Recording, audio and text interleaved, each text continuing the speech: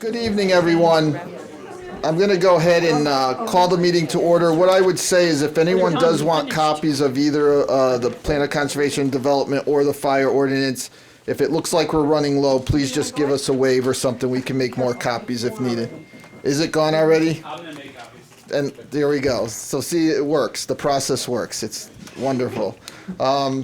What I'd like to do is welcome everyone to the October 20th, 2025 regular meeting of the council. If everyone could please stand, I'm going to ask Councilwoman Tompkins to lead us in the Pledge of Allegiance.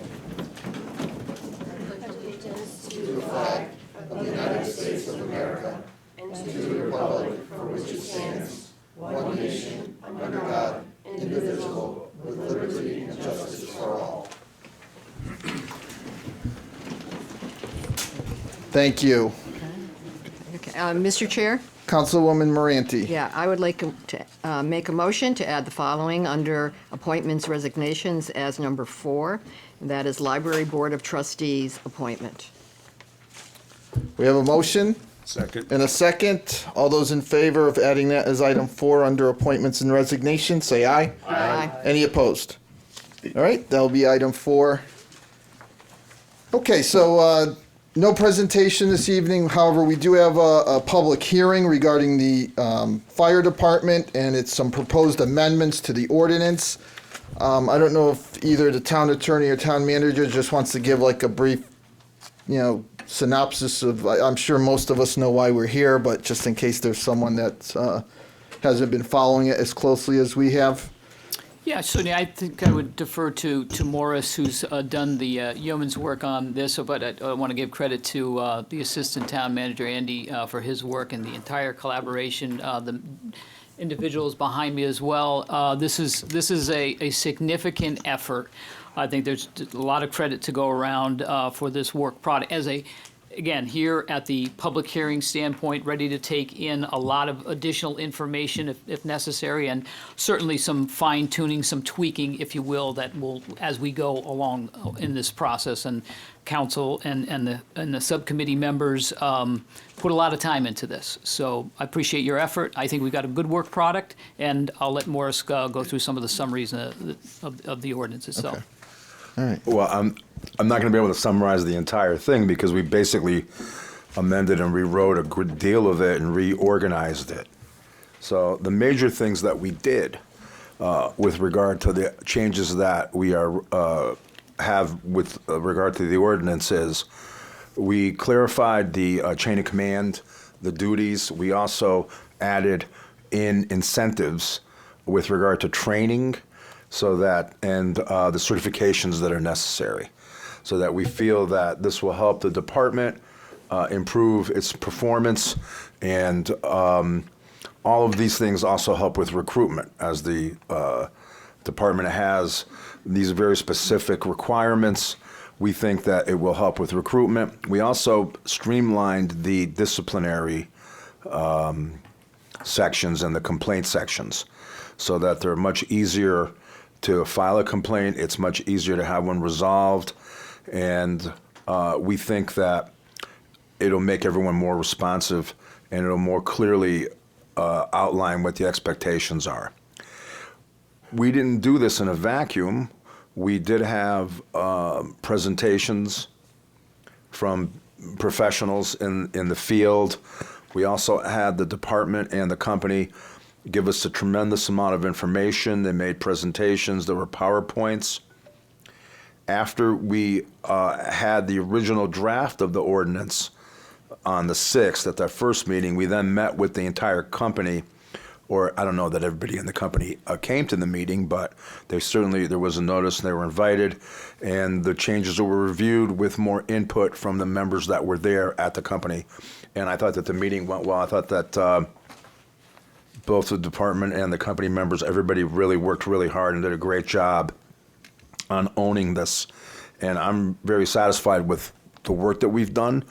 It was a lot of work, but I think that by having everybody have an opportunity to contribute to it, that we got a good product, and we listened to everybody as much as we could, and I think that everybody's as satisfied as you can be with something like this. So I welcome the public's comments. There may be more comments tonight, and we're certainly willing to listen and are prepared to, if we hear something that we think that really needs to be addressed, we're ready to address it tonight because we'd like to see this thing passed tonight. And even once we pass it, I mean, we could always go back if there's something that we feel needs to be looked at or changed. It You doesn't. can always amend an ordinance, yes. Okay. And the only other thing I would say is that on the incentives, what we did it as a resolution so that it wouldn't be part of the ordinance, would have to be amended all the time, so that if the incentives changed, you could just adopt a resolution updating them depending on the training and what the town felt was appropriate. Okay. All right, thank you. At this point, I'll open up the public hearing regarding the amendments to the fire ordinance. Please step forward to the podium, give your name and address. You'll have 5 minutes, or 3 minutes, I'm sorry, to make your comments. There is a bell at 30 seconds left. The second bell means that your 3 minutes has run out. Is there anyone that wishes to address the fire ordinance amendments? Yes, sir.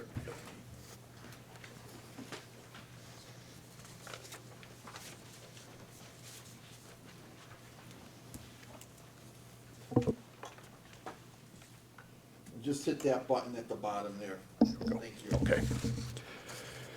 John Miska, 224 Trumbull Avenue. I am also the captain of the Plainville Fire Company. On behalf of the members of the Plainville Fire Company, which incidentally does include our chiefs, I would like to thank the Town Council Fire Department Subcommittee members, David Underwood, Quinn Christopher, Ben Gettyman, Town Attorney Boria, Town Manager Paulus, and Assistant Manager Sirioli for the opportunity over the last 8 months to be the voice of the Plainville Fire Company and ensure our 140 years this year of heritage and service to Plainville is sustained. We do acknowledge the need for fire department changes that are crucial to providing our community with the high quality of emergency services that you have all come to expect of us. And I sincerely appreciate the opportunity to contribute to the ordinance revision. To be very clear, a number of the changes proposed in this ordinance revision will be particularly challenging to implement and sustain, particularly as we have faced an ongoing decline in our membership, which forces us to ask more of the fewer members that we have. However, this revised fire department ordinance does provide us with additional and critically needed resources and opportunities to reposition the fire company to better serve the fire department, the town, our community members, as well as our volunteer fire brother and sisters. Assuming this proposed revision is approved, we have a tremendous amount of transitional work in the coming year. We certainly will not be shy about coming back here and asking for help and resources as needed. And I do thank you all in advance for supporting us as we take this opportunity really to reinvent the Plainville Fire Company, hopefully for another 140 years. Thank you. Thank you.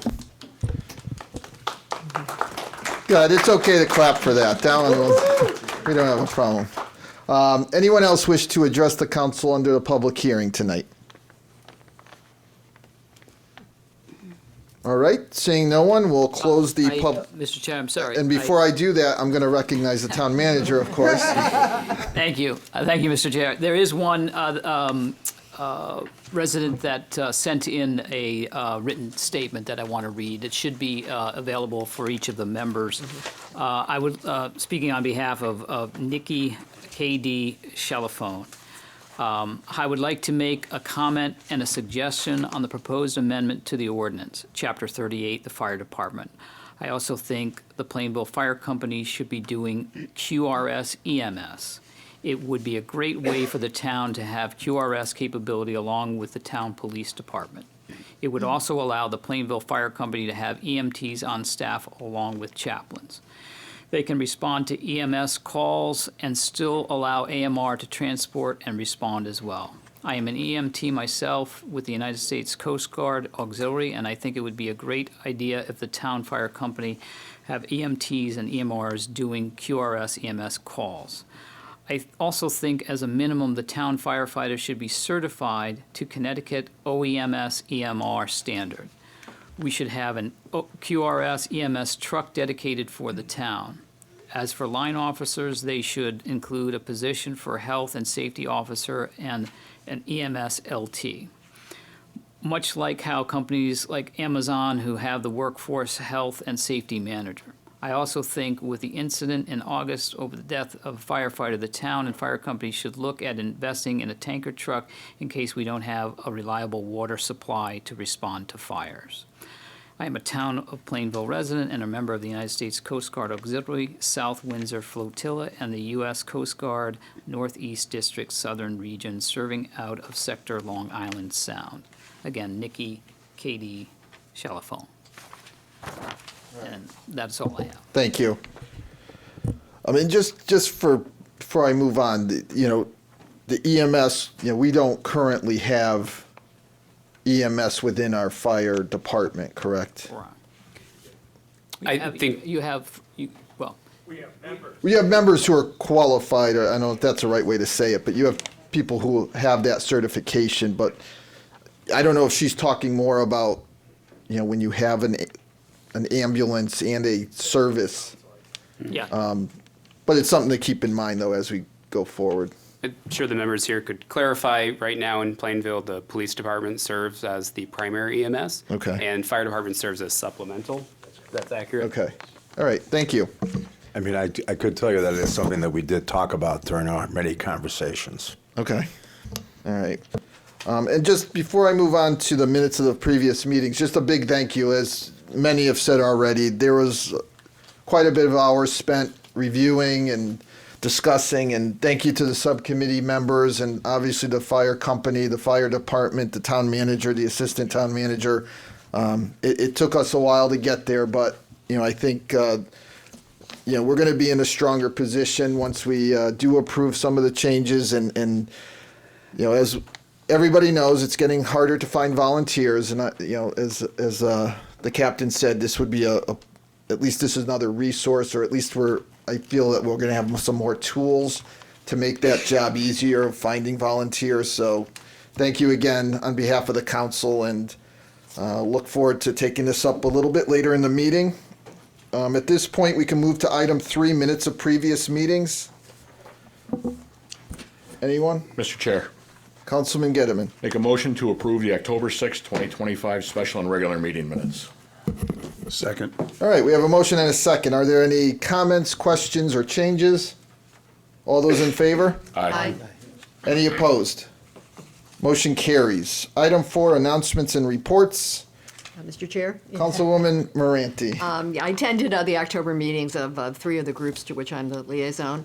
Conservation Commission, I'll just give a couple of highlights for each. They continue the discussion of activities that they can complete as they work toward certification levels for sustainable CT. Committee on Aging, as I mentioned at the last meeting, the dial-a-ride use continues to increase, really showing the very critical role that I think that plays in our community. October was the first month of the new format for the monthly newsletter, and they are seeking feedback, and they may be tweaking a few parts of it. And they began an initial discussion of a survey that they're going to be taking shortly. And the craft fair is going to be the first Saturday of November. And at Library Board of Trustees, we met in the newly configured community room. And the next facility change that they'll be working on is for the new teen space. And the 2 individual study pods are getting a lot of use. And that wraps it up. All right, thank you. Anyone else with any announcements or reports? I just have one that broke a couple hours ago, but the girls' Plainville High School swim and dive team won their conference for the first time in 31 years, so that's a nice congratulations. So I imagine now, do they move on to states? Next is, yeah.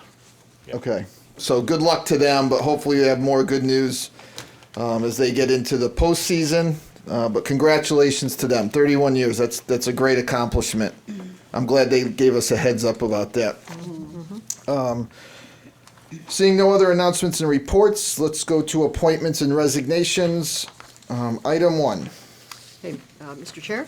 Councilwoman Moranti. Okay, motion to ratify the town manager's appointment of Troy Stevens, 39 Julie Road, to the Conservation Commission for the unexpired term ending January 15th, 2027.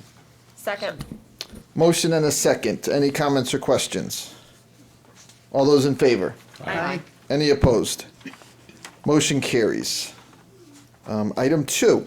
Mr. Chairman, Councilwoman Tompkins. motion to appoint William Ritchie to the Planning and Zoning Commission for the unexpired term ending January 2nd, and Thomas Fote to the alternate position of Planning and Zoning for a term ending 12/1/2027. Second. We have a motion and a second. Any comments or questions? Are those terms correct? Mine says 2028. Oh, I'm sorry, what did I say? Well, Oh. that's for the regular member, right? Oh, I don't- okay. Okay, regular, yeah. Town clerk's nodding, so I think we're good. Okay, we're good. All right, all those in favor? Aye. Aye. Any opposed?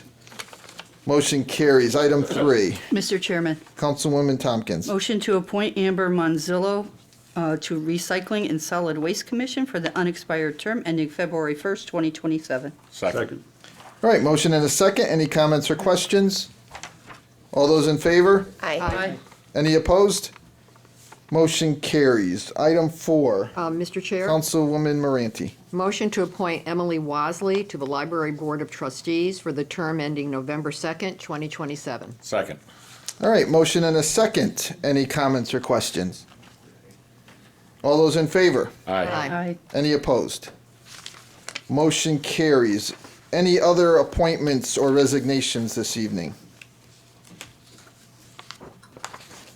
All right, hearing none, we can actually move to item 7, report of the town attorney. Good evening. Good evening, Mr. Chairman. I will be brief.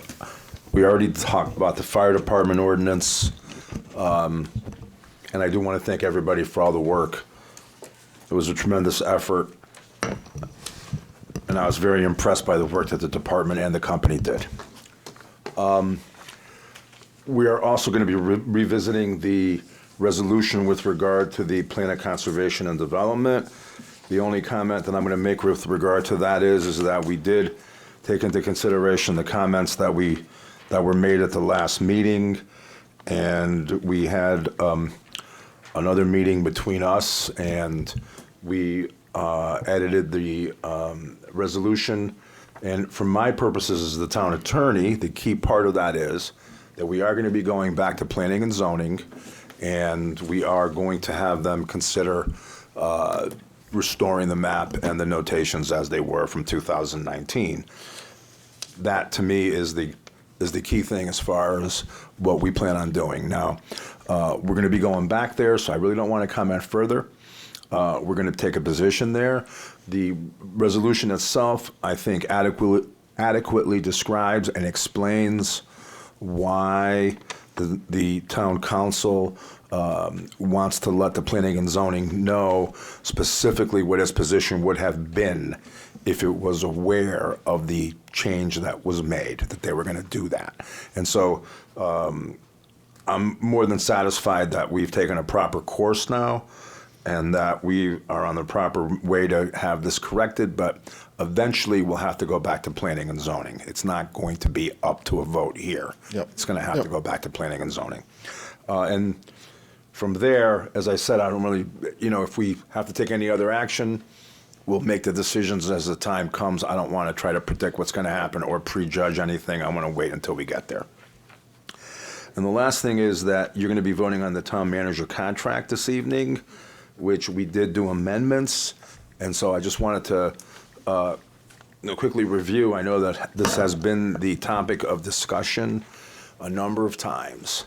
And so the amended contract, I just go over the highlights of it. There is, and I'll let the council discuss it, but there is a increase with regard to the salary. And there is also determinations been made that the manager will excuse me, the manager will relocate to Plainville as of by July 1st of 2026, to the extent that it's still required under the terms of the charter, because it'd be foolish to not understand that we have a vote coming up, and that may change things. So with regard to the actual terms of the contract, if things remain as they are, then July 1st of 2026 is the date that he has to either relocate or be under contract to do so, if they remain as they are. So that is, I believe, what the council is going to accept tonight. It's going to come before you, and I think it now answers the questions that have been asked multiple times here. So unless there's any questions, that is well, the only other thing I would say is it's been a couple years now since we got appointed.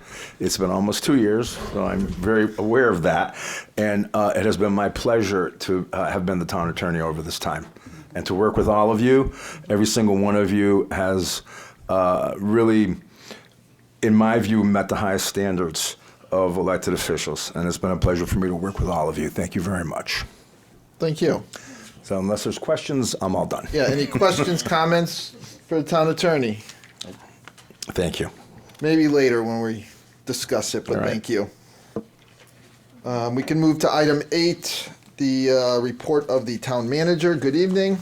Good evening. Thank you, Mr. Chairman. I have 9 items, and then I'll hand off to Andy for the 10th on happenings.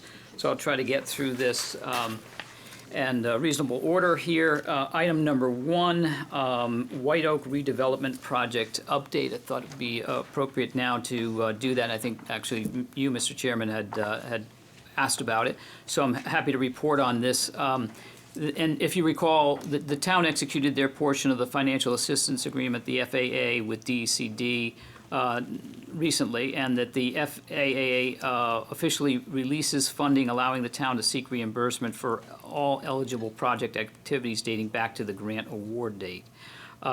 As the town did not exhaust the initial remediation grant funding from round 13, DECD is interpreting this as an ongoing project and budget. As such, the total do not exceed combining round 13 and 19 funding is approximately $2,564,000.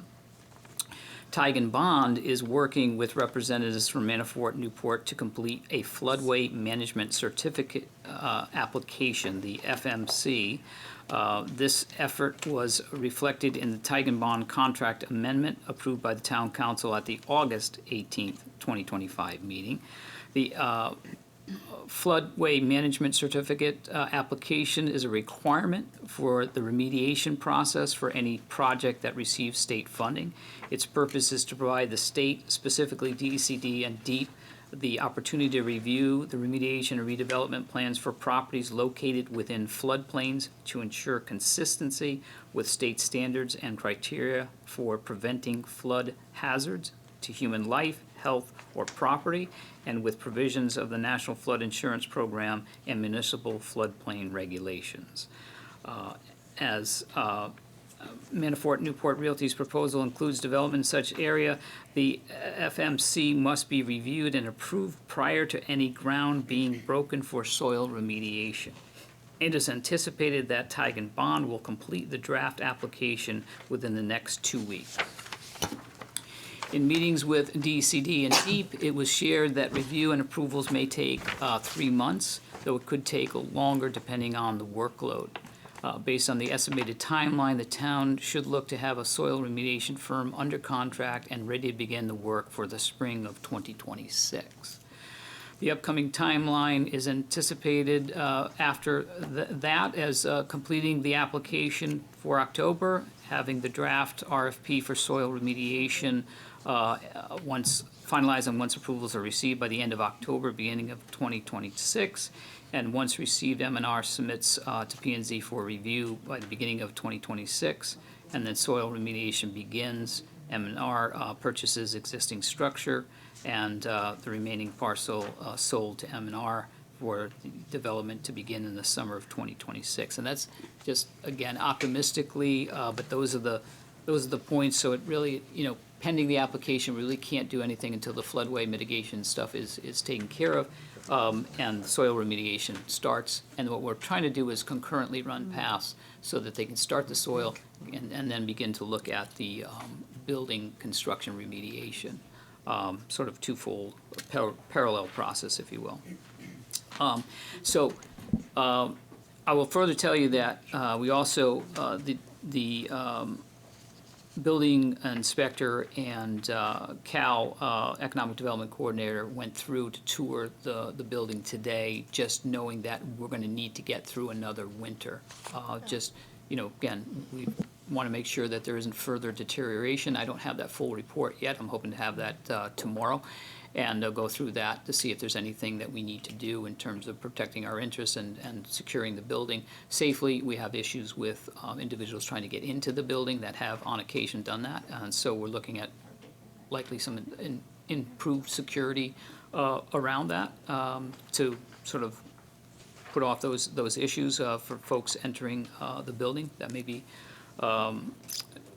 hazardous. So we're going through that. We'll do the best we can to come up with a report, and I can certainly report back at the next meeting.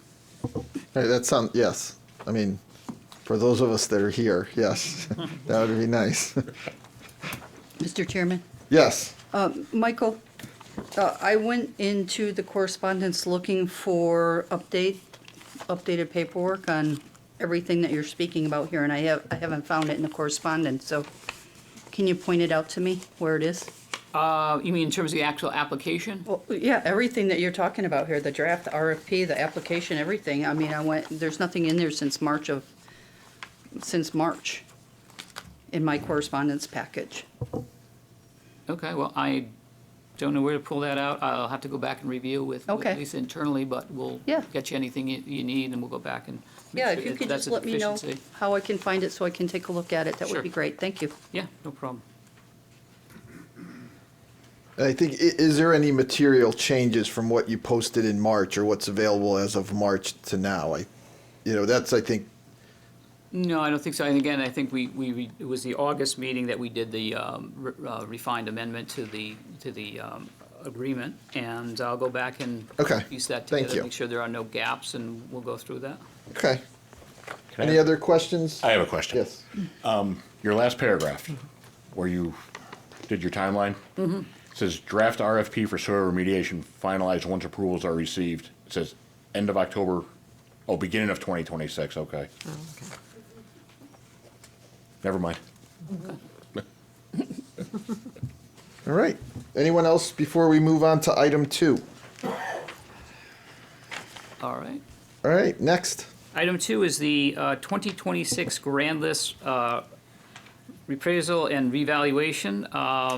The town has issued a request for proposal, an RFP, seeking qualified firms to conduct the state-mandated reval for all real property for October 1st, 2026. Grand list. The 3 proposals were received and evaluated based on experience, methodology, project management approach, and cost. Following a comprehensive review, Equality Valuation Services, LLC, is recommended as the most qualified and responsible proposer. The firm has extensive experience providing reval services to Connecticut municipalities and has successfully completed similar projects within budget and on schedule, and offers technological solutions to enhance the experience of property owners. Funding for this project is fully budgeted in the Capital Improvement Fund, and there is an item under new business to award RFP 2026-0726 Grand List Appraisal and Reevaluation Services to Equality Valuation Services LLC of Waterbury, Connecticut, in the amount of $205,500. Do we know off the top? Excuse me. Do we know off the top of our head, is that compared to when we last did reval, the cost, has that gone up significantly? And if you don't, you could just get me the answer when you. I was just curious how much that's gone up in the last few years. We'll get you that.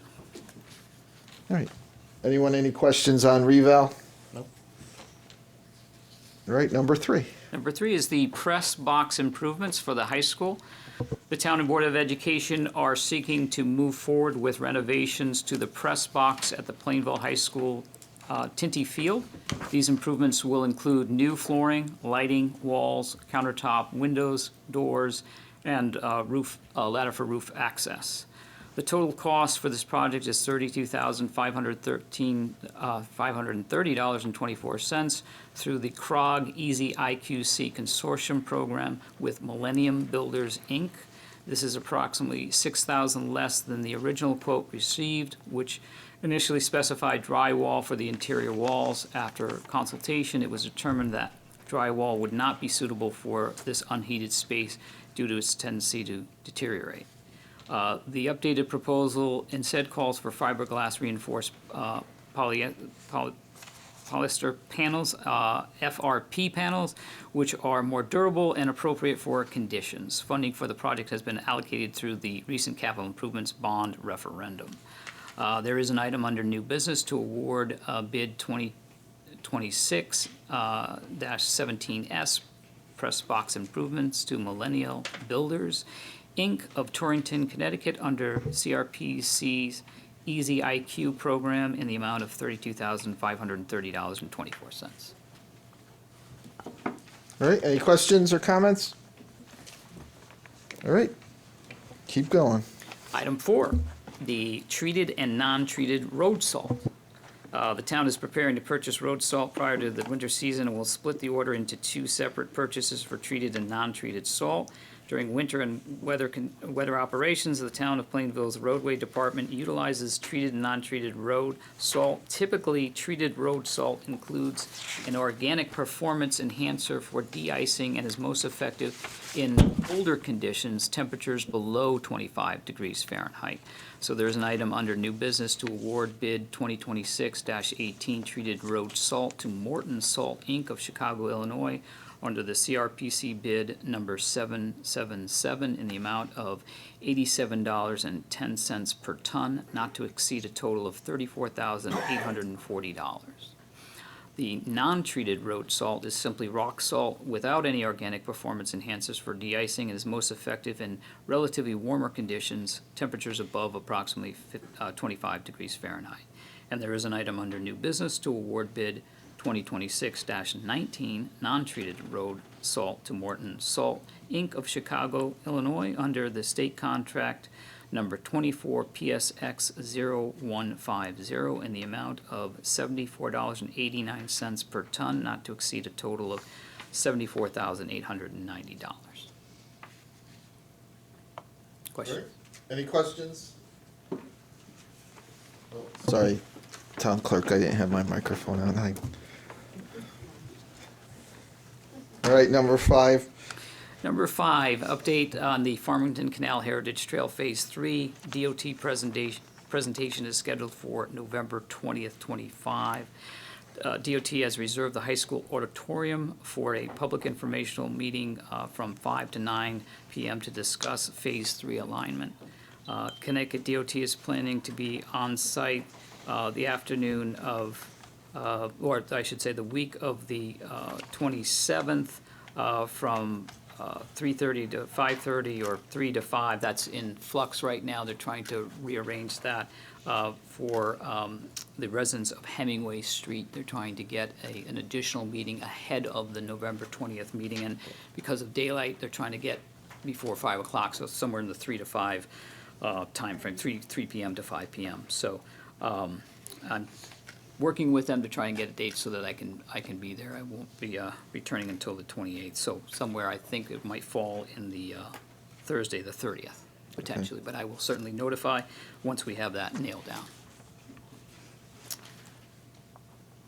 All right, any questions? All right, next. Next, item 6, the Nutmeg TV recording of meetings and, receiving some input in terms of why aren't all meetings, televised or Recorded. captured or recorded. I'd like to thank the clerk for her her due diligence on this and reaching out to Nutmeg to inquire about the additional coverage of boards and commissions, an effort to bring more meetings to the public. She created a memo. It's in your packet that outlines the costs for the additional meetings. My recommendation at this point is, if I think is doable, to have the council consider at least the regulatory bodies that P&Z, ZBA, and inland wetlands, regulatory in the sense that they have weight and have the power vested in them to approve applications versus, say, the advisory board of the, say, the Aviation Commission or the Rec Advisory. So I would recommend those three as a starting point. Currently, right now, you know, the total that the clerk had looked at were 11 additional boards and commissions, would have cost $15,225. Three meetings I'm recommending would scale that back to $4,625. And I think that would be a jump start, should the council consider that. Again, this is not an actionable item here, it's just more informational that we could take up. You could take it up, you could add it to the agenda tonight to do that. You could wait for the entire package to go through the budget process for the next season and add it to the budget if you wanted to. But you certainly could cover this under the unclassified account, should you decide you want to go forward with that. All right, so just maybe time for some discussion. As town manager, you know, we did get a suggestion, I think at our last meeting, in fact, of why we don't record and televise more of our meetings. And I think the initial thought was, you know, being the land use boards, you know, P&Z, ZBA, and inland wetlands. You know, I certainly would like to move forward with it. I don't know if everyone's comfortable tonight or if we leave this for, you know, the next council, but I'd be fine with adding this tonight and at least getting those three boards, making arrangements to have them recorded, just like we Yep. record Yes. our agree. regular council meetings. Yeah, I absolutely agree. I think it's important to have them recorded. Yeah. Yeah. I agree too. I think it's a good start with the three regulatory agencies. Okay. Yeah, let's do that. I'm in favor. I am also. All right, does anyone care to make a motion to add this as agenda item number 8, and we'll move tax refunds to number 9 under new business? I will make that motion. Second. Motion and a second. Do you need more words with that, town clerk? Okay. I'd Hoping they get- like to make a motion to add, what am I putting here? Nutmeg TV recording. Nutmeg TV recordings as item number 8 to the agenda, and move motion to approve tax refunds as listed on the addendum to number 9. So moved. All right, we have a new motion and a new Second. second, and that's, for your purposes, we're good. All right, thank you. All right, any comments or questions? Just a quick question, when our town clerk probably has done this, when speaking to Nutmeg about their availability? It's limited. It is, yeah. It is limited. Actually, yeah, we did, we took that question, anticipated that question. Lisa took an opportunity to reach out. Nutmeg would be happy to do that and is eager to do that. Nice. So, which is, because what we were hearing was, you know, Nutmeg has lost significant funding. So their operation, and I think they even sold the building or got out of the building. So we weren't sure if they would be able to, you know, cover, but they said yes, they would, and they'd be eager to do so. Okay, Great. Okay. thank you. Yeah. Any other questions, comments? All right, we can move on to number 7. Item 7, just a report on the trees at Norton Park.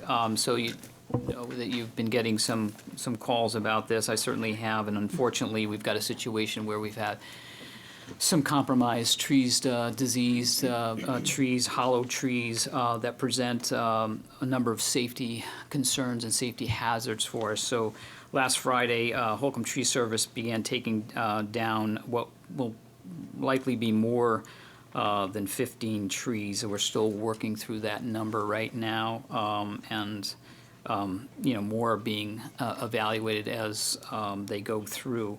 But these are trees that are, near the skate park. They're right by the playground area, and again, for me as sort of putting a risk manager hat on makes me nervous.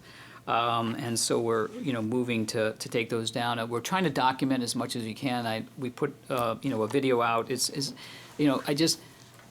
I want people to know that, these are what look to be beautiful, majestic trees, right? And they are, but they're dead inside, or the root system is compromised, and other issues that they have, and we don't relish taking the trees down. I certainly don't, and I want to keep, what we have, because I think it's an absolutely beautiful park.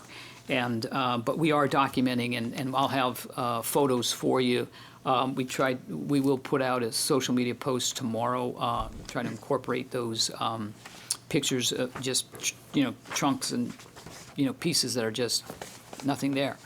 And so, we're doing the best we can to document that and just share the information that we have with the public about the concern we have for that. And, we'll long-term be looking at, management practices and look at, again, planting and tree plantings in the future where it makes sense to try to, put back and get a plan to it. And unfortunately, it's a very mature park with mature trees, right? An old park with mature trees, and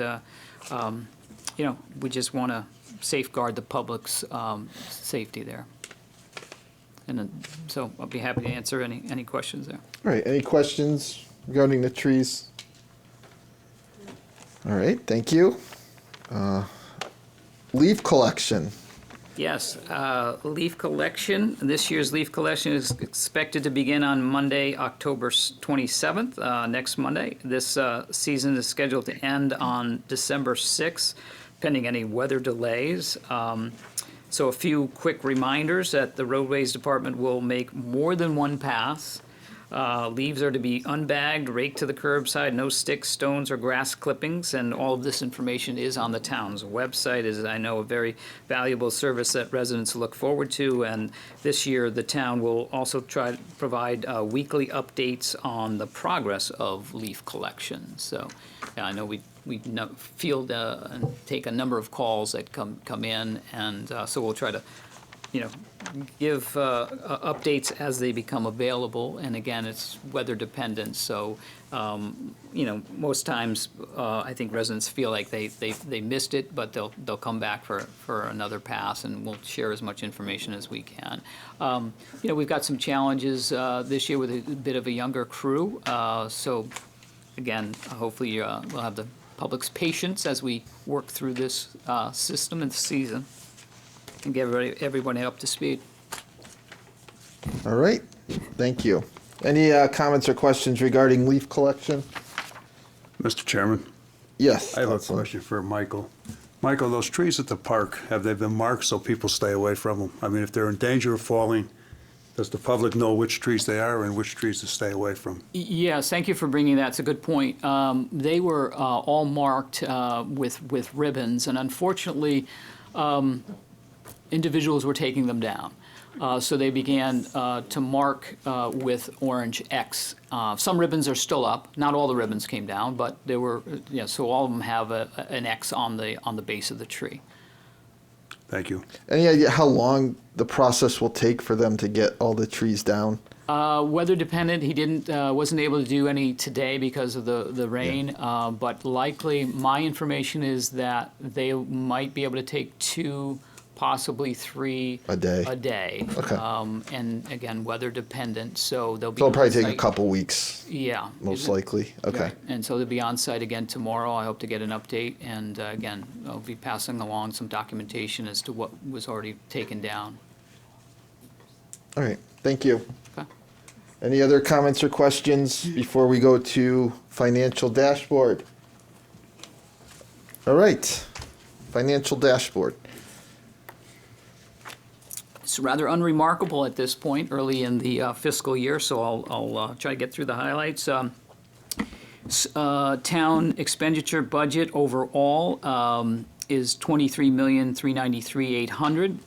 representing 30.66%. The two-year average is 30.06. So, running right in line with the two-year average. It breaks down. The general government is running a little bit higher than the Board of Education. On the general government side, $10,875,464 represents a 38.14% expenditure. The two-year average is 36.94. So, as I said, running a little bit higher.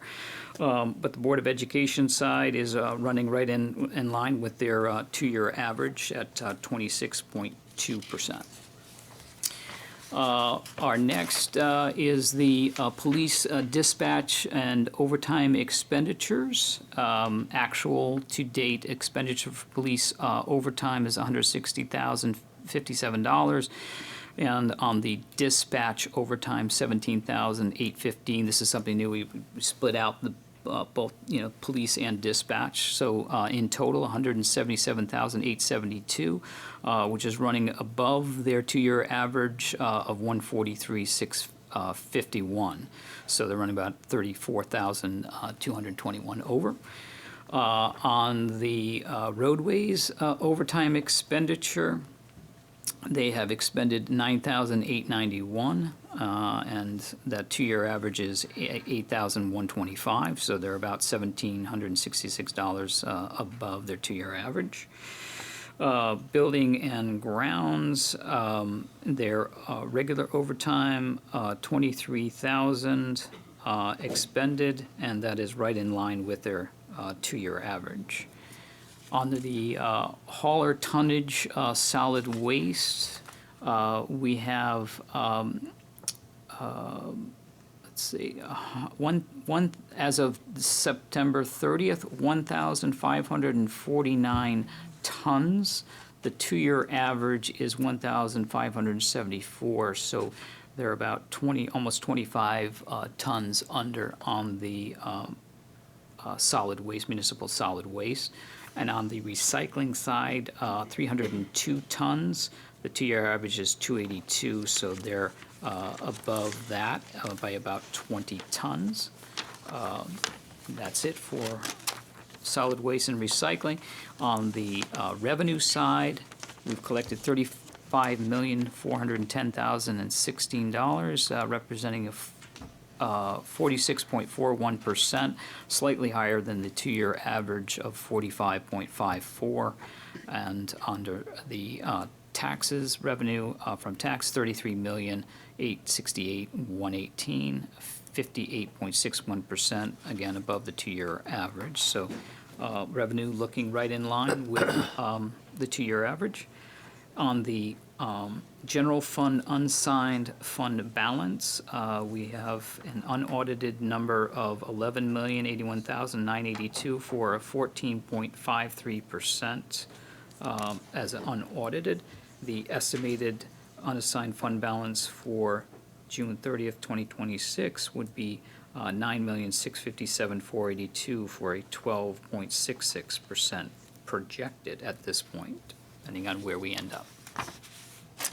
Moving on to special revenues, the Recreation Fund has spent $157,655. That represents 49.03% expended, slightly above their two-year average of 45.67%.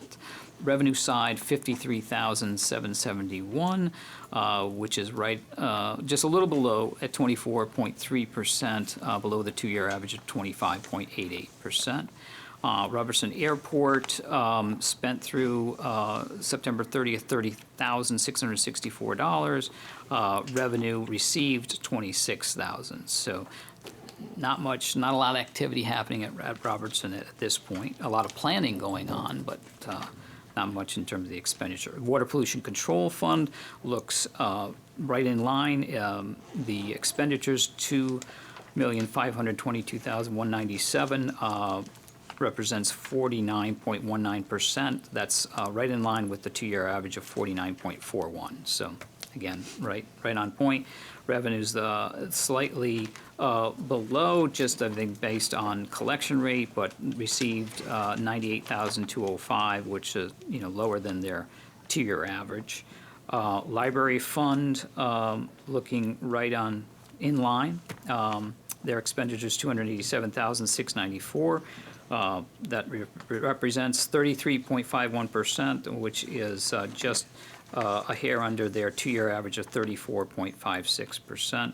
On the revenue side, in line, they've collected $199,589, so 23.24% on terms of revenue, slightly under their two-year average of 24.16%.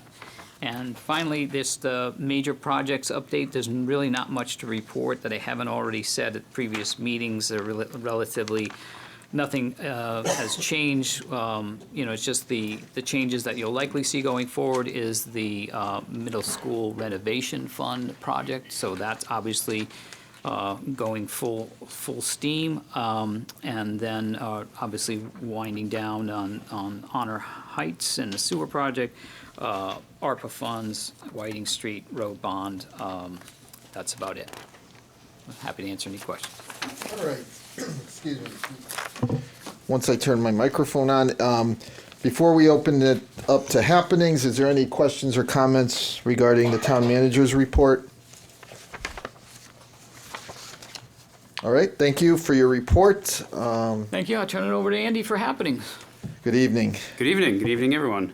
Do have a couple happenings to report on tonight from the town clerk's office.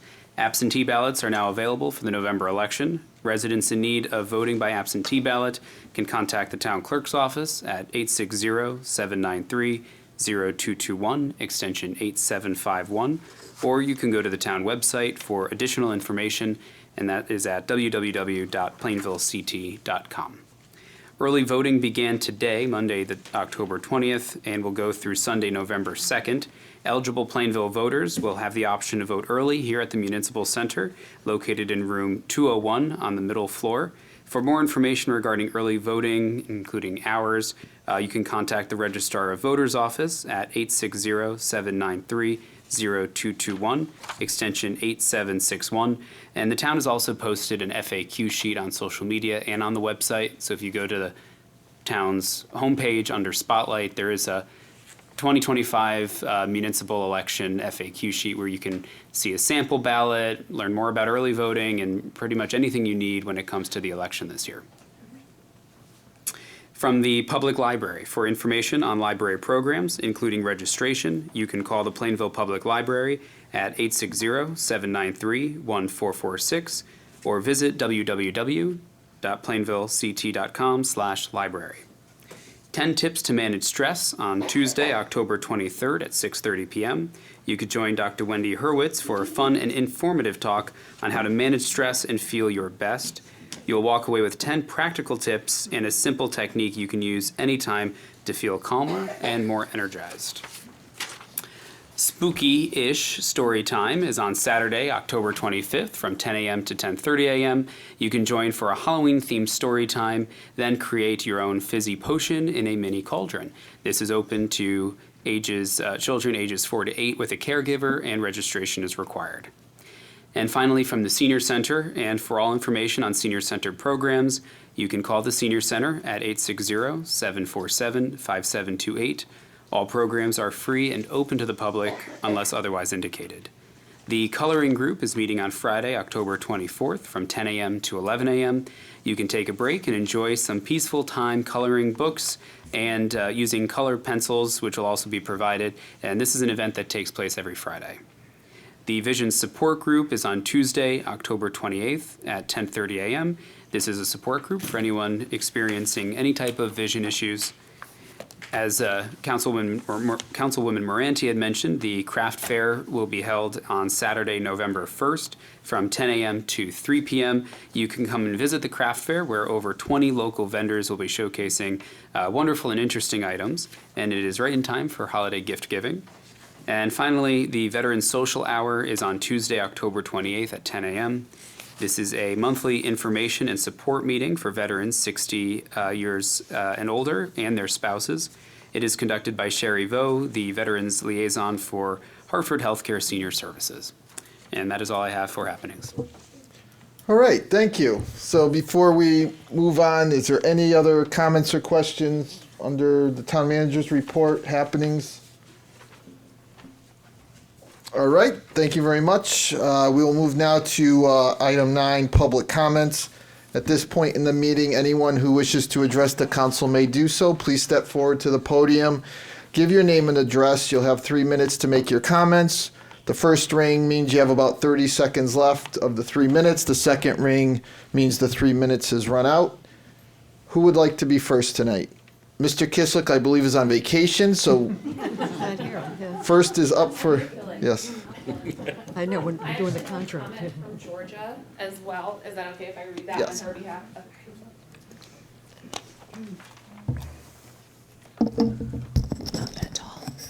Okay, I'm going to start with reading comment from Georgia Bedell of 28 Pequot Road. She's unable to be here tonight.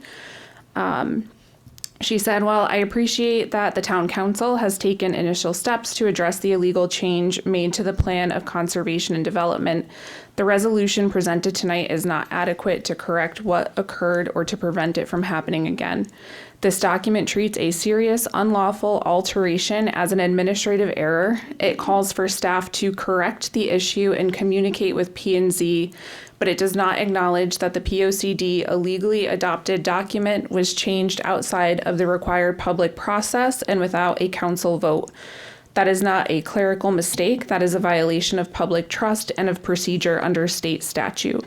The resolution also fails to include 3 essential actions. 1, accountability. There must be a formal investigation into who made or approved these illegal changes, and those responsible must be held accountable whether they are currently employed by the town or not.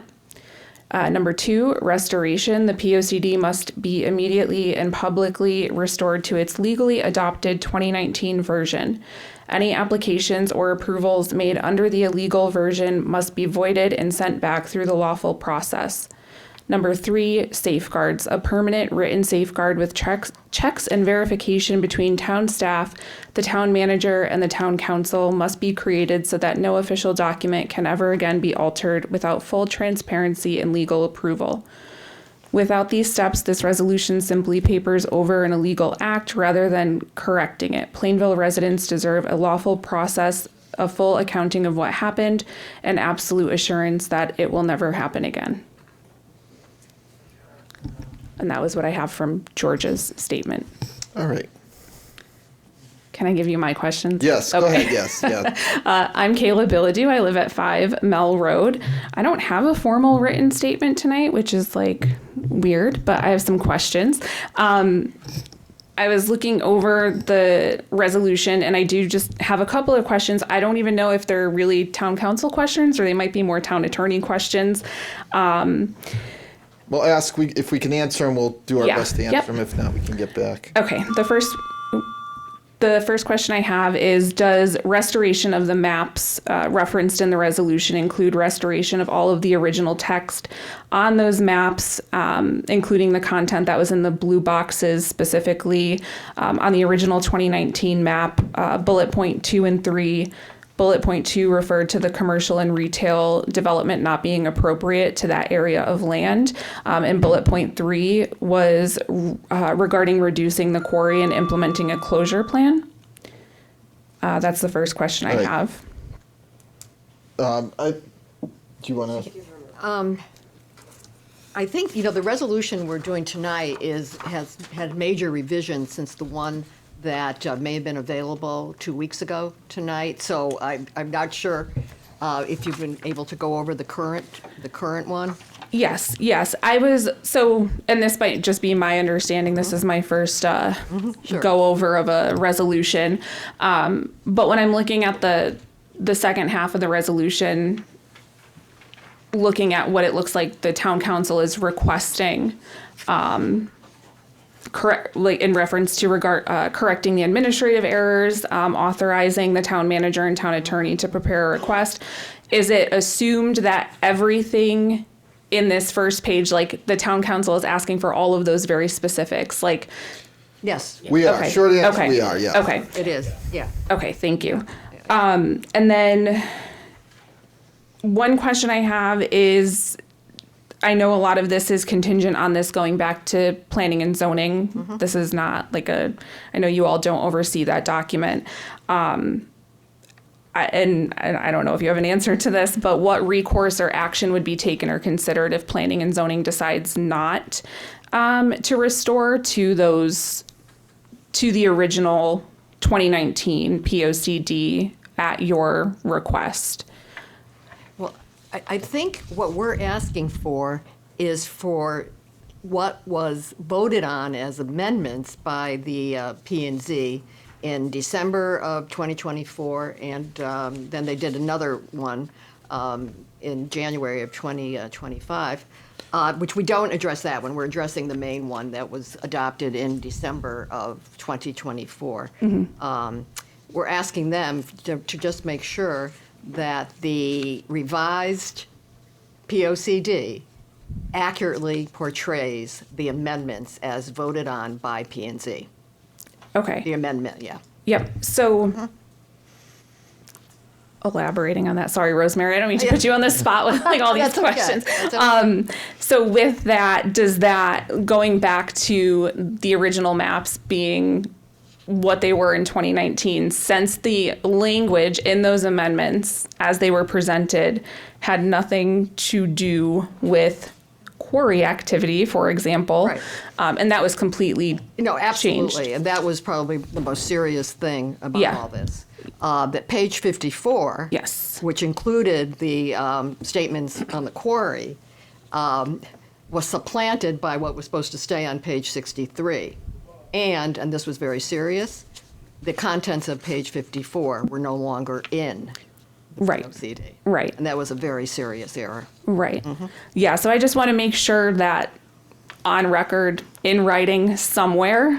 I think that- actually we address it in Yes. a couple of the whereases. And I just want to make sure for my complete understanding and my clarification that because that is one of the most, I think you all know, significant impacts Absolutely. I thought that you know, I'm following. So I just wanted to make sure that that was explicitly stated and understood.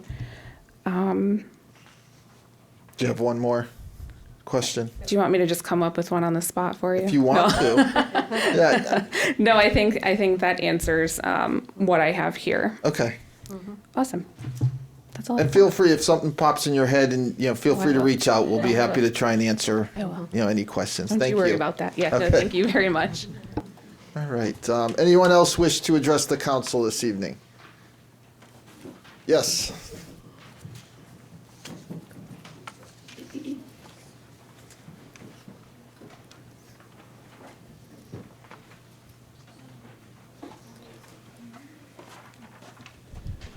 Hi, Dan Bucci. Is this? There you go. Hey, Dan Bucci, 62 Metacomet Road. Just a little thing on the leaf pickup. If either you, Michael, or Andy could maybe suggest that they do the Metacomet area prior to Halloween, because there's a little something going on. Wait, Yes, you might that is just on put their there? schedule. Yeah. Great, and we just want to be safe neighbors for everybody. But only if you cannot do anything illegal like planning and zoning. But nice segue, right? You got it in. Got it in. That was pretty good, Dan. I got to give you credit. You're very smooth, Dan, I'll tell you. So the question that I've got for the town council or town attorney, anybody, is do we know who made that illegal or, I'm sorry, administrative error in the POCD? Who did that? It was the town planner who made changes. Okay. So, and that's, as you heard, we are obviously trying to go back and fix those changes that were made in error. Perfect. That's because whereas it doesn't say who did that. We don't. Okay.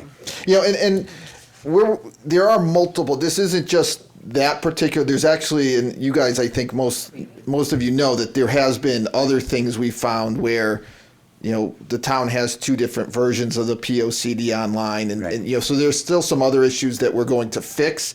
But as far as ascertaining how this happened, we are still gathering information for some of that other stuff. But pertaining to, page 54 and page 63 disappearing, yes.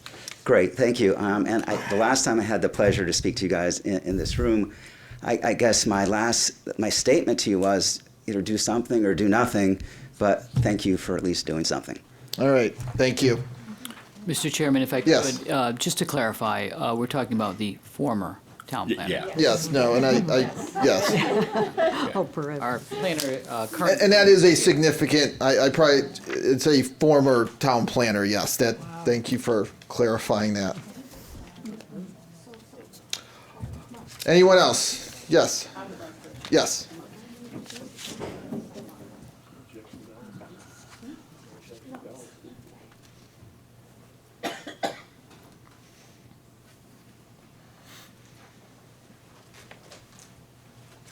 Is this on? It is on, Oh, yes. okay. Christine Rich, 81 Metacomet Road. I'm going to speak in support. I don't know if it was a resolution or a decision today about televising certain groups that meet. And the reason I really want to support that is because today I was reading the recent P&Z minutes. Has anybody read that? That got mailed out today? No. Okay. I have not. Here was the comment. Town manager was present and spoke about a resolution currently before the town council related to a pair of 2024 POCD amendments. I assume we're talking about what we're talking about. Yes, yes. If I was reading that, I'd have no idea. I agree. So I think that was, that's just an example of really why we need to have things televised. And also attached to that was the, let's see. I have it here. Let's see. PZ 1025, number 43, quarry review. Tilcon North Mountain Quarry, off New Britain Avenue. And it included a map. Can you pass this map up? Yeah. If anybody can tell me what that map says. No legend. There's no, the legend is illegible. I have no idea what it's referencing. I don't know what that big green mush mash is. Mr. Chairman? Yes. If I may, The planning and zoning, when they get that map, they're this big, and they're on their table, so they can read it, and that's really for their review. Okay, then why include it? Well, actually, this was in the minutes. I had to go into the town website Sometimes to it's find up on that. the screen as well, too, so if you attend a meeting, you'll be able to see it, and they can zero in on things and enlarge it if Okay, they that have makes to. sense. But I think with Okay. this particular issue, if things could be as clear as possible. Right. I mean, the town council, Right. town manager, everybody's trying to be as transparent as possible. So when this is on our webpage, it's really, I don't know, it just kind of. Yeah, Right. I think it's something certainly to look at. I'm not sure, we could take a 2x3 foot Yeah, map and that's how right. well we can Right. translate, but, maybe the fact that we're recording the meetings, Right. well, it's gonna look different than, and maybe recording the meetings, we can get, at least better, you Yeah. can see it in its full entirety as opposed to having it shrunk and, Okay. And one other comment I wanted to make, would there be a possibility of including the link to the video when you send out the minutes? Rather than having to go back into the. Like the town recorded webpage. Yeah, or meeting? just like click on it. probably, And I yeah. don't know technically how you can do that. I don't think it's that difficult to do, but I think so. Okay, thank you. Andy's writing it down, so that's. All right, anyone else? Yes.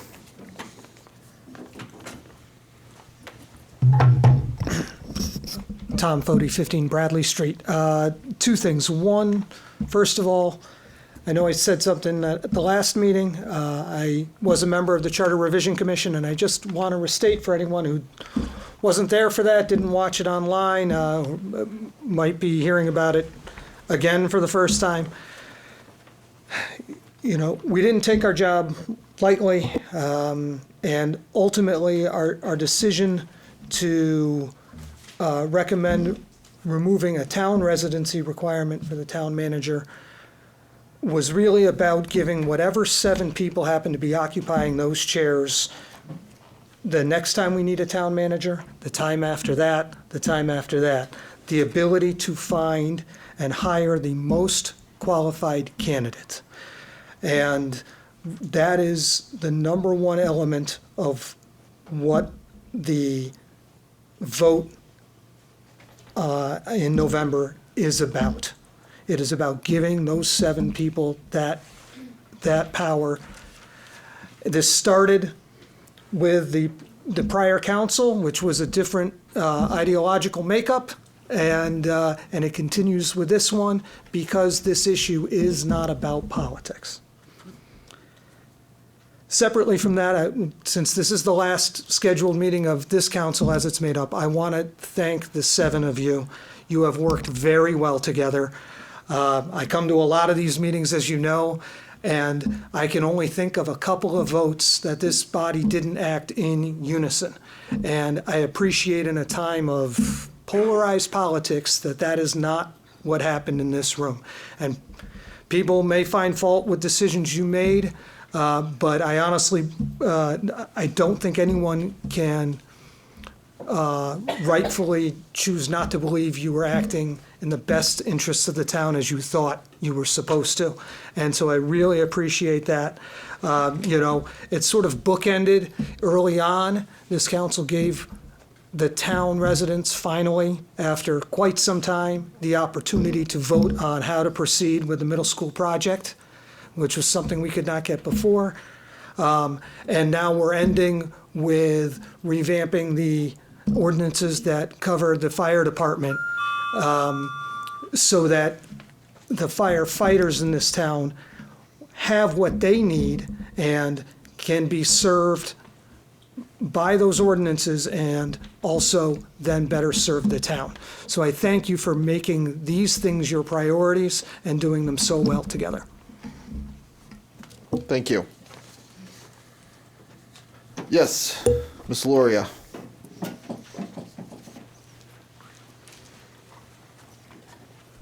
Roberta Loria, 18 Perrin Road.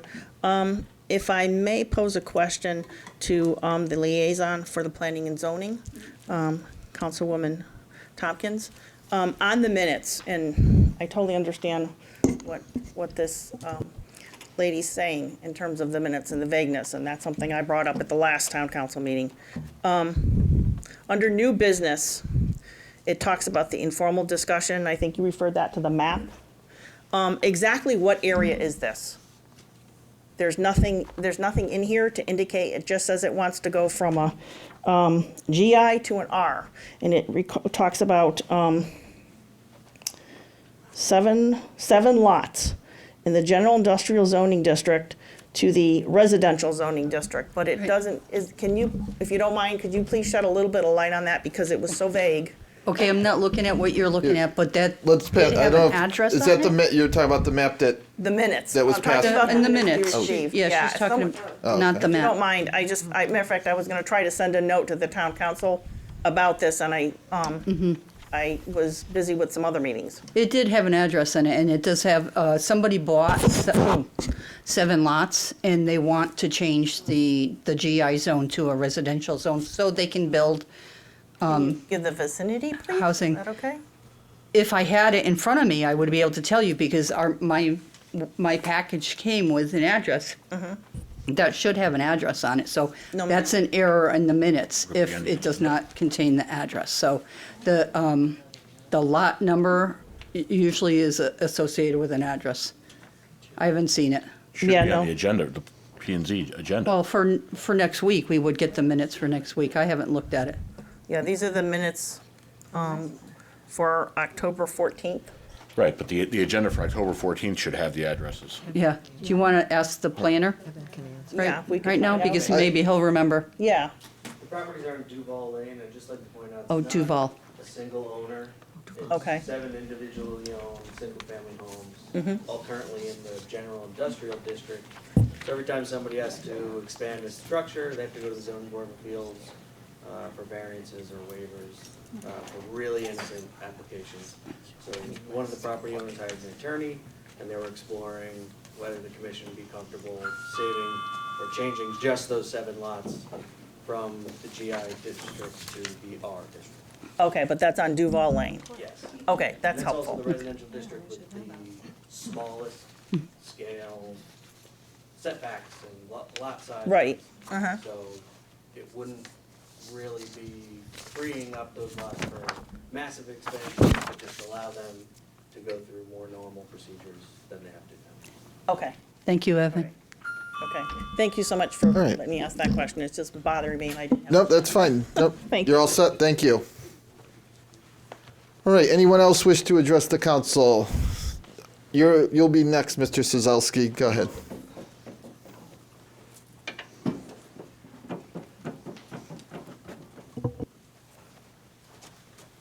Sherry Yunke, 79 Metacomet Road. Question. So business as usual at the quarry, is that what I'm to understand at this point? I don't know what do you mean by business as usual? Nothing changes with Tilcon's business plan? Regarding our resolution tonight? Well, just in the meantime, how long does it take to pass a resolution, or that's what's going to happen tonight, or? Correct. They just, Yeah, I mean, the quarry is, they've been approved to quarry a certain part of the land, and that is going to continue. They did receive approval from P&Z for that, and I don't know how long ago that was. A year ago? No. 100. Oh, 100 years ago. But yeah, what they've been approved to do, they are still allowed to quarry. Does that kind of answer your question? I'm not sure. well, I guess I'm not understanding then what the, make the quarry smaller plan from 2019. So there was language in the POCD, the Plan of Conservation and Development from 2019, that specifically said that a reduction of, and I might get the words a little messed up, but a reduction in the quarry area is recommended through the Plan of Conservation and Development. Some of that language, I believe, was removed or accidentally deleted, or however you want to. We're asking for that language to get put back in with this particular resolution. Okay. Do you want to say? Yeah, the missing page, page 54, contained that language. Okay, so that's why I'm not understanding why there's still things blowing up in my neighborhood. Well, they are allowed Has nothing to do, it's not going to get smaller, it's not going to go away. Yes. go Okay, ahead. this resolution addresses the Plan of Conservation and Development. It doesn't take action on the quarry one way or another. We're not addressing that in this resolution. It's just a It would be improper to recommendation. do so. It's recommendation, it's not, the POCD does not set things in stone and enforce the planning and zoning to do things, to shut Tilcon down. That's not what it is. It's just a recommendation, how they think the town should go forward with their conserving their development. It's a recommendation. It's not something that they can enforce. So in essence, as us as a governing body, we don't have authority over the quarry operations. That's an application that goes through planning and zoning and any other land use commission that it needs to. What we're trying to do here tonight is there was language removed and there were some changes made, as everyone, I think, understands. We're trying to get all of that information back on correctly with the missing pages, with the missing wording related to that prior to October 24, which is when we started this process initially. What's happening there now doesn't fall under this umbrella. They went through the application process, got approved to quarry what they're quarrying now, and that will continue. That isn't something that, even if I thought that they should stop right now, this council, we don't have the authority to do that. That goes through planning and zoning. Okay.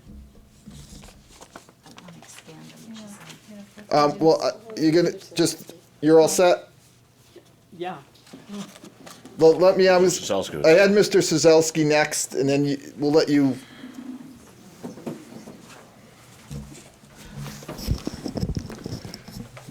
Good evening.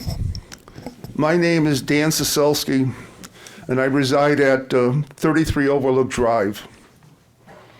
I am here to advocate for removing the residency requirement from the town charter that requires the town manager to be a resident of Plainville.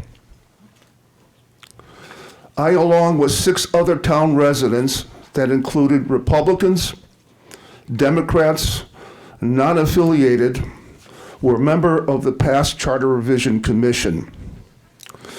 Over the course of several months, we met and reviewed the town charter, particularly the manager's residency requirement. It was this topic that we all agreed that needed to be changed. Thus, the recommendation proposed by the Charter Review Commission to eliminate the town manager's residency requirement has been subsequently approved by the town council and placed on the ballot for November 4th. Currently, no other town employees are required to live within Plainville. For instance, the chief of police, superintendent of schools, and any fire department personnel are not mandated to reside in town. This discrepancy highlights the unnecessary restriction placed solely on a town manager's position and could be viewed as a discriminatory hiring practice. The residential requirement can inadvertently excuse highly professionals who could bring valuable experience and fresh perspectives in this role. In fact, there have been instances in the past where strong candidates withdrew from consideration for the town manager position due to this stipulation. It is crucial to prioritize competency and dedication to the welfare of Plainville over geographic restraints. The selection and retention of a town manager should be based on their qualifications and job performance, not on their place of residency. Furthermore, the advancements in technology, the town manager can respond quickly to any incident, even if they're always not physically present in town. I hope somewhere in this discussion of the residency requirements, both the pros and cons of a yes vote and the pros and cons of a no vote are surfaced and fully explained. Pros and cons removing the residency requirement. Option 1, vote yes to eliminate the residency requirement. Some constituents may be disappointed that the removal of the residency requirement is taking place. The town council will have greater flexibility, a wider pool of candidates for future town manager selections, no longer restricted by residency. No further action could be necessary regarding the current town manager's residency. This option, a yes vote, provides a quick, decisive resolution with no additional action required. Case closed, end of conversation. Option 2, vote to keep the residency requirement. Future town manager selection will continue to be restricted because of the willingness to not reside in Plainville.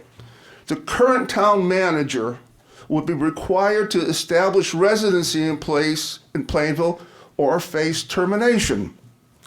The town manager may face the town may face legal proceedings if an employment contract is disputed. Either enter plaintiffs and defendants in the possibility of arbitration occurring. I'm sorry to interrupt. If you can wrap up, okay, please. I've let you go a little bit past your 3 minutes. All right, sorry I didn't hear. No, that's right. Really hear. Okay, going on. The key issue here is the voters fully understand the consequences of maintaining the current charter. I will ask the Plainville. I will ask the citizens of Plainville to know the ramifications of a no vote. A no vote will cost you money. A yes vote will solve a problem. Voting does not solve the problem. Voting no does not solve the problem. It delays it to the next time. It's like kicking the can down the street. And I brought a can here. When you kick down the street, if we don't do the right thing. So I suggest that we go forward and vote yes, and eliminate the residency requirements. Thank you. Thank you. Mrs. Irving, is it? Yes, go ahead. Okay, Wendy Irving, 9 Weatherstone Ridge Road. All right, going back to the POCD, I had tried to run it together, but, okay. So I want to say that I come to a lot of these meetings now and I'm starting to figure things out, but it's not as easy as it sounds, okay? And I go to the zoning and I'm learning more about zoning than I ever cared to know, all right? But I'm still, a lot of time, I'm confused about the end products and what is being talked about. I want to say that as far as I'm concerned, the details of what was left out of the POCD, the changes that occurred, the details have not been clearly communicated to the general public. Today was the first, other than saying the pages, so then I had to go home, look them up, compare them, do all of that. Did I do that? No, okay. So I didn't do like I'm supposed to, do all my research, because I was researching other things. But I'm just saying that those particular changes, all right, haven't been clearly related to the public. I might be a little crazy, but, you know, I don't think that people really knew what it meant, okay? So my question now is, if the POCD is put back to the modified version of 2019, okay, can this be interpreted as that any decisions and votes and changes that occurred related to those properties that are involved in the POCD and the conversations around that, does that mean that we need to go back from 2019 to today, okay, and evaluate any agreements, any zoning changes that were made, any permits that were done, et cetera, et cetera, et cetera, related to the POCD's suggestions? Because that says to me that the Planning and Zoning Committee did not have the proper information to make decisions that they did since 2019. So that's my question back to all of you, because it says to me, okay, that we need to look again at what we've been doing for the last few years to make sure they're in line with what we truly want as a POCD and not what just happened to occur because of whatever reasons they happened, okay? And I know the reasons eventually will come out. I'm not blaming anybody. But I think we need to be more proactive than we are, because it sounds to me like we're still sort of smushing it under the rug. There's no quarry status. There were lots of things that were supposed to be done for these quarry activities that came out of many of our meetings, which are kind of just sitting there in terms of doing this, doing that. Where's the fire marshal telling us about blasting that's going on and the fires that occurred afterwards and all of the other things that relate? And I have notes about all this. I don't mean to rant and rave about all this, but I'm saying, I believe we should be going back and evaluating decisions that were made without the proper information being available. Thank you. All right, thank you. Anyone else wish to address the council this evening? Last call. Oh, actually, I saw Mrs. Puglisi first. No, I saw Mrs. Puglisi first. Good evening, Kathy Puglisi, 50 West Broad Street, on a somewhat different tone. I would like to report that the most recent Plainville Pumpkin Fest was truly a wild success. You know, we couldn't have been blessed with better weather, tremendous attendance, and I'm here tonight to thank some very important members of the town crew that always help us make this go smoothly and there are no hiccups. Specifically, I want to recognize the roadways crew, the buildings and grounds crew, the police department, our fire marshal, and our fire department. They are truly instrumental in helping us get this done. You cannot put together an event of that magnitude without the proper people in place, and they have continuously supported us in this event. Most importantly, I need to thank the volunteers that came to help us gut and carve over 130 pumpkins for our pumpkin tower. We had an army of students from Plainville High School. They were from the boys' soccer team, and they always show up, and they're great fun, and they're hard workers, and they get it done without a lot of difficulty. We also have a very special guest that comes every year to help us use our power tools. That would be Andy Ciroli. He cheerfully comes to help us. He gets his power tool. We got the pumpkins with these little saws, and it makes life much more bearable for the rest of us. So once again, Andy, thank you for your cheerful help. It's always a pleasure. Couple of other items regarding the Pumpkin Fest. This was our 10th year of having the events. Up until now, we have donated $80,000 to the Plainville Community Fund. And the dollars don't just go to the community fund. We also donate money to Park and also to the Masons, who do a great job with the haunted house. I don't know what the proceeds are for this year, but our goal was to hit $100,000 for the 10 years donation to the Plainville Community Fund. And again, all of those monies stay within Plainville. They go towards scholarships and grants for our local schools and different charitable committees that we have in our town. So once again, many, many thanks to the town organizations that help us out.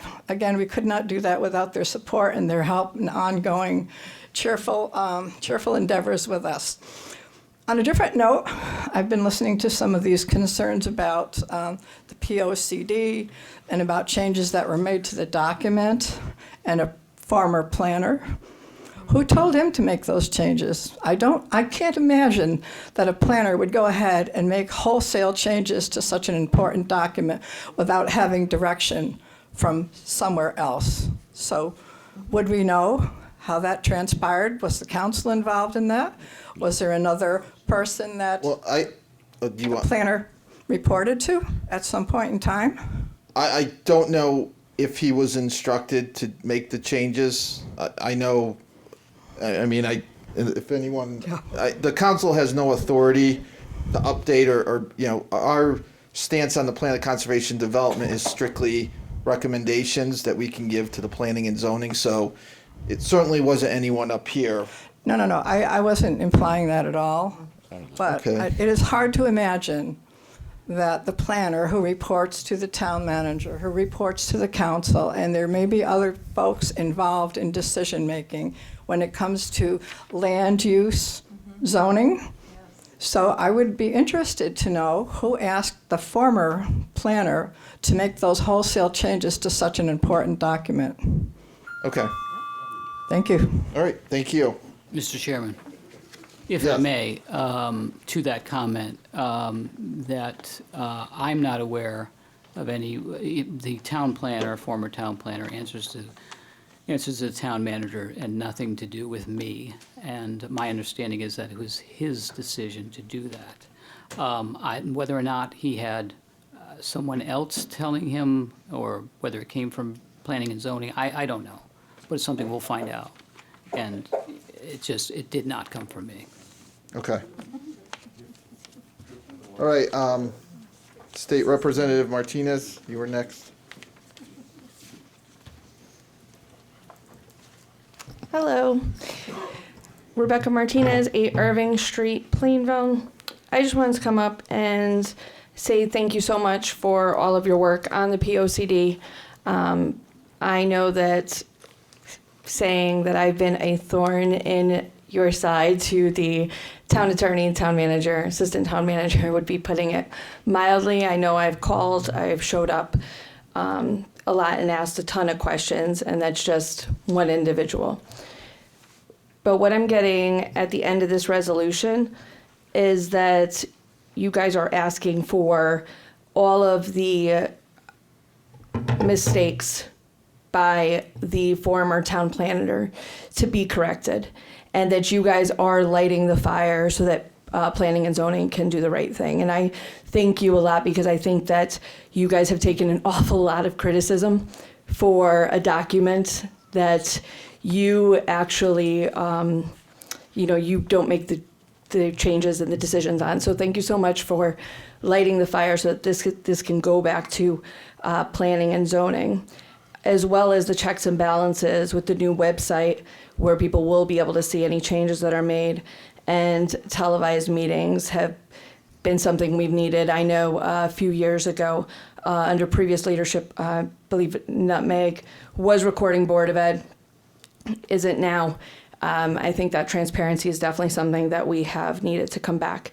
And I think from an environmental standpoint, I can't thank you enough, because I do think that you have made a big influence on further practices with bringing back that page that specifically discussed limiting quarrying. Now that will that be taken out, and it will be added back in, and adjusting those mistakes that were made that suggest expanding the quarry. You are making a huge impact. So thank you so much. All right, thank you. Is there anyone else who hasn't spoken that wishes to address the council? Yes, Mr. Bouzis. Jared Bruza, 72 Wayne Drive. Pardon. So tone deaf comes to mind when I think of the referendum question. The reality is folks in the community had voiced their objection. They voiced their opinion in the last referendum. But here we are, once again, to a tone deaf council. Kind of reminds me of like what I tell my 4 little ones. You can't go to mom, and mom says no. So what do? You go to dad, right? And if dad doesn't know that mom said no, there's a problem. So you didn't listen to, or you didn't like the will of the people the first time. So what do? We put it up again. So to all of Dan's conversation here, Mr. Zazelski's conversation, all of that's already been rehashed the first time. There's been nothing new that was discussed or said the first time. But again, we didn't like the result. So what do? We're tone deaf. We don't care about the will of the people that already had spoken, that have already had cast their votes. So we know better than them. So we ask for another referendum. All right, thank you. Yes, Mr. Buchanan. Hi, Rachel Buchanan, 134 Broad Street. I just wanted to state that you can watch the Board of Education meetings.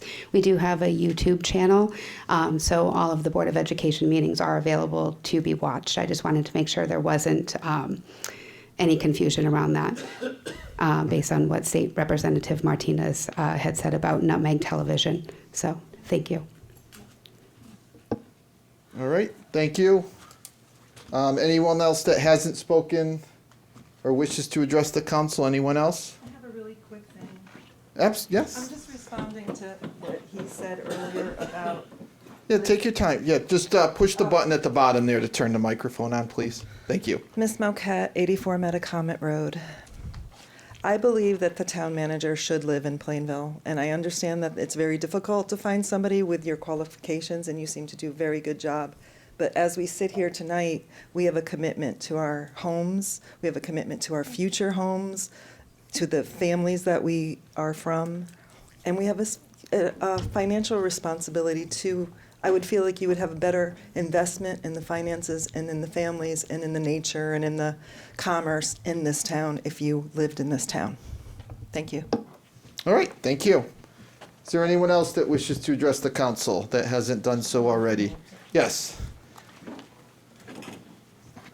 Real quick question about the POCD, since it definitely wasn't the town council right now that made up the changes, and it definitely wasn't the town manager.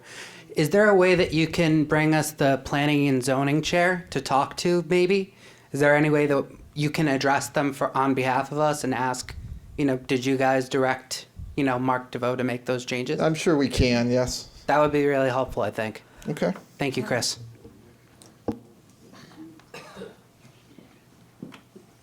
All right, anyone else?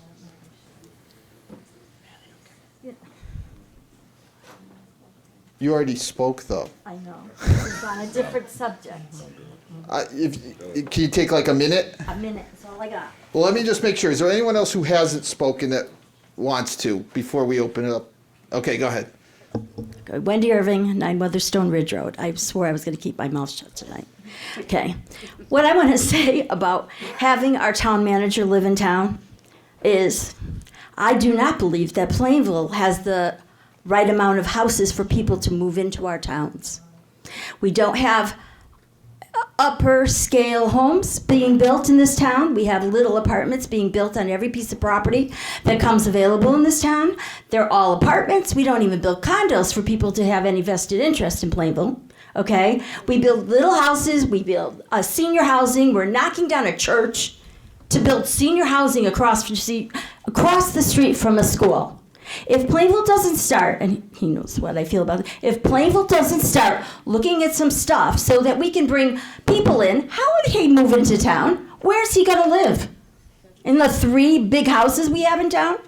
You know, there's not a lot left in Plainville, and we do not build for that level of, I don't wanna use the word income, because that's not quite what I mean. But you know, if you're gonna grow up in your houses, if you're gonna move, where does he go?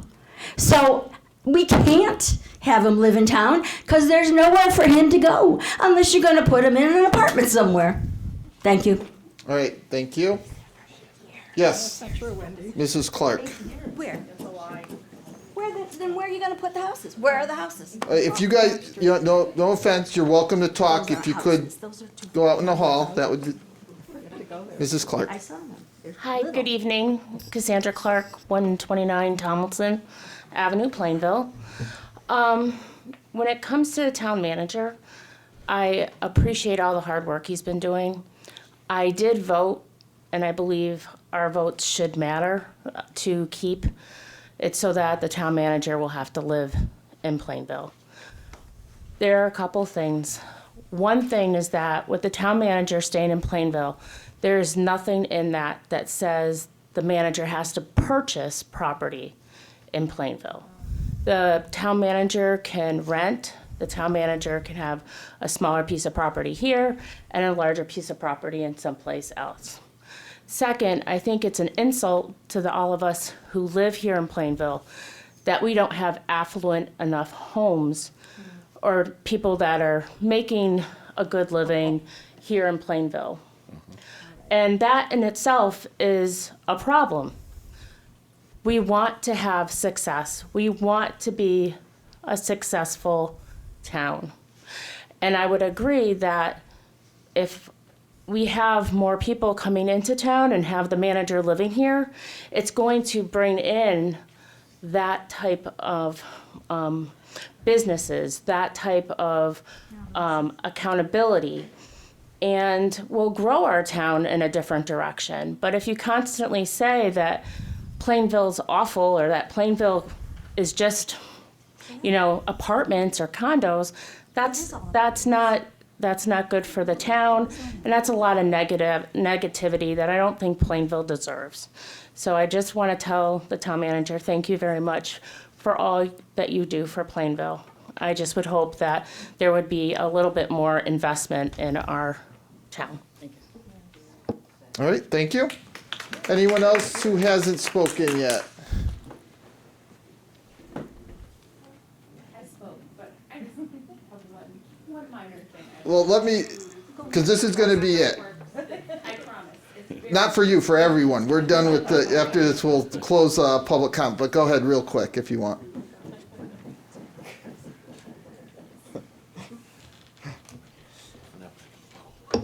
I'm back. Kayla Did you Billadu, think of another 5 Mill Road. question?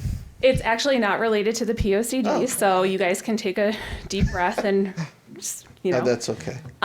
It's actually about the town manager residency requirement. I've sat in a lot of these meetings and I've heard a lot of my fellow residents' input on this. As somebody who works for a company in California, I don't live where I work. And I work with a lot of really, really talented people, and I understand I work in tech. I'm not running a town. But I think we really limit ourselves when we start to narrow down a pool. And I'm not in a position to run for a town manager, but there are a lot of people who are very adamant that our town manager lives here.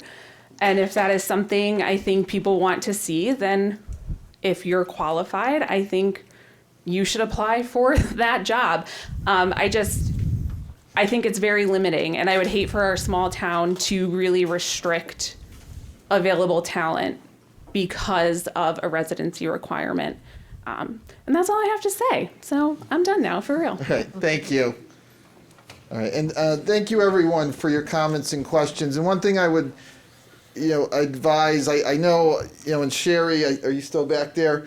I don't feel that we really addressed your question. But if if you want to come in, call me, call the town manager's office, certainly be willing to sit down with you and discuss it further. But outside of that, I don't feel like we really hit the nail on the head with addressing your issues. So if you're willing, please reach out to us. We'll be happy to help you out. Otherwise, again, thank you everyone for your comments. I'm going to close public comments at this point, and we can move to old business. Is there a motion to remove anything from the table? Mr. Chairman, Yes, Councilwoman Tompkins. motion to remove Plan of Conservation and Development from the table. All right, we have a motion Second. and a second. All those in favor? Aye. Any opposed? Motion carries. And Mr. Chair, Councilwoman should Moranti, proceed with the second part? Okay. go ahead. Okay. I move that we adopt a resolution entitled Resolution Regarding Amendment to the Plan of Conservation and Development, and I can read the resolution. Resolution regarding amendment to the Plan of Conservation and Development. Whereas, at the regular meeting of the Town Council on October 7th, 2024, and thereafter on October 21st, 2024, and November 18th, 2024, the council was asked to consider amending the Plan of Conservation and Development, POCD, and to report its recommendations to the Planning and Zoning Commission, P&Z. And whereas each application to amend the POCD sought the same thing, to add specific properties which could qualify in the future to be part of a planned development district, PDD.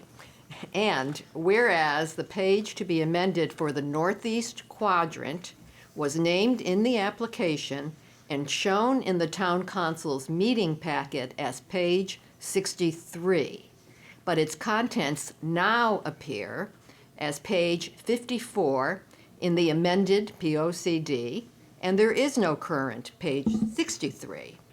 And whereas the contents of the original page 4 no longer exist in the amended POCD, although there was no vote by the council to report to the Planning and Zoning Commission regarding whether to remove this content and replace it with content from page 63. And whereas, in discussions with town staff, it was also learned that the subject map on the amended page 54, which should be page 63, was changed to reflect the present zoning lines and not the recommended approach adopted by the P&Z in 2019, as pictured in the prior map on page 63 of the original POCD. And whereas none of the information presented by staff or the applicant at a council meeting and none of the votes taken by the council addressed this change of maps, and it was not requested in the narratives accompanying the applications, which were limited to identifying specific properties to become eligible for inclusion in a future PDD, and whereas there was no public comment or debate regarding the change to the subject map or future quarry activity, and the topic of discussion was limited to the inclusion of property, which changes did not require that the subject map be changed in the manner that it was. And whereas if any of the applicants had sought to make this change to the subject map as part of the process, the council would have recommended that such changes be rejected. And whereas P&Z should consider what the council would have reported if the change to the map had been properly presented as part of any applications, which eventually involved 3 properties. Now therefore, be it resolved that the town council, 1, requests that town staff make the proper corrections of all administrative errors related to page numbers and the town website and communicate as necessary with the P&Z as part of this process. Authorizes the town manager and town attorney to prepare a request or application for P&Z to reconsider its approval of the amendments to the POCD, to the extent the subject map was changed from the 2019 version, and restore the map to its 2019 version on page 63. 3, charges the town manager to provide the town council with additional information on how the issues described in this resolution occurred. And the town manager will inquire of the council in advance for questions that should be addressed. Second. All right. So we have a motion and a second. Before we get into comments, I do want to thank, and I understand that for some of you this has taken way too long, but I want to thank Councilwoman Moranti, who has spent literally 40 hours researching and watching and rewatching meetings and trying to get the right information. So thank you for that. I understand this is complicated, as read in the resolution. It's somewhat hard to follow, but I think the council's objective was to get as specific as we could regarding some of the issues that were raised over the last 3 or 4 months. We are not done. Obviously, there's more to do, as the end of the resolution indicates. It doesn't mean we close the book on this. There are things that we probably will learn. Some things that were done through the process of planning and zoning and the recommendation they made and how that information got translated to the POCD. Obviously, we have some more work to do there. But I do think the resolution outlines, at least it gives us the latitude to go ahead and start asking those questions and getting answers to some of the questions that we're going to have after this is done. What I do like about the resolution is it takes us back to 2019. The council will get to make this recommendation again to planning and zoning, and hopefully planning and zoning is receptive to looking at it again.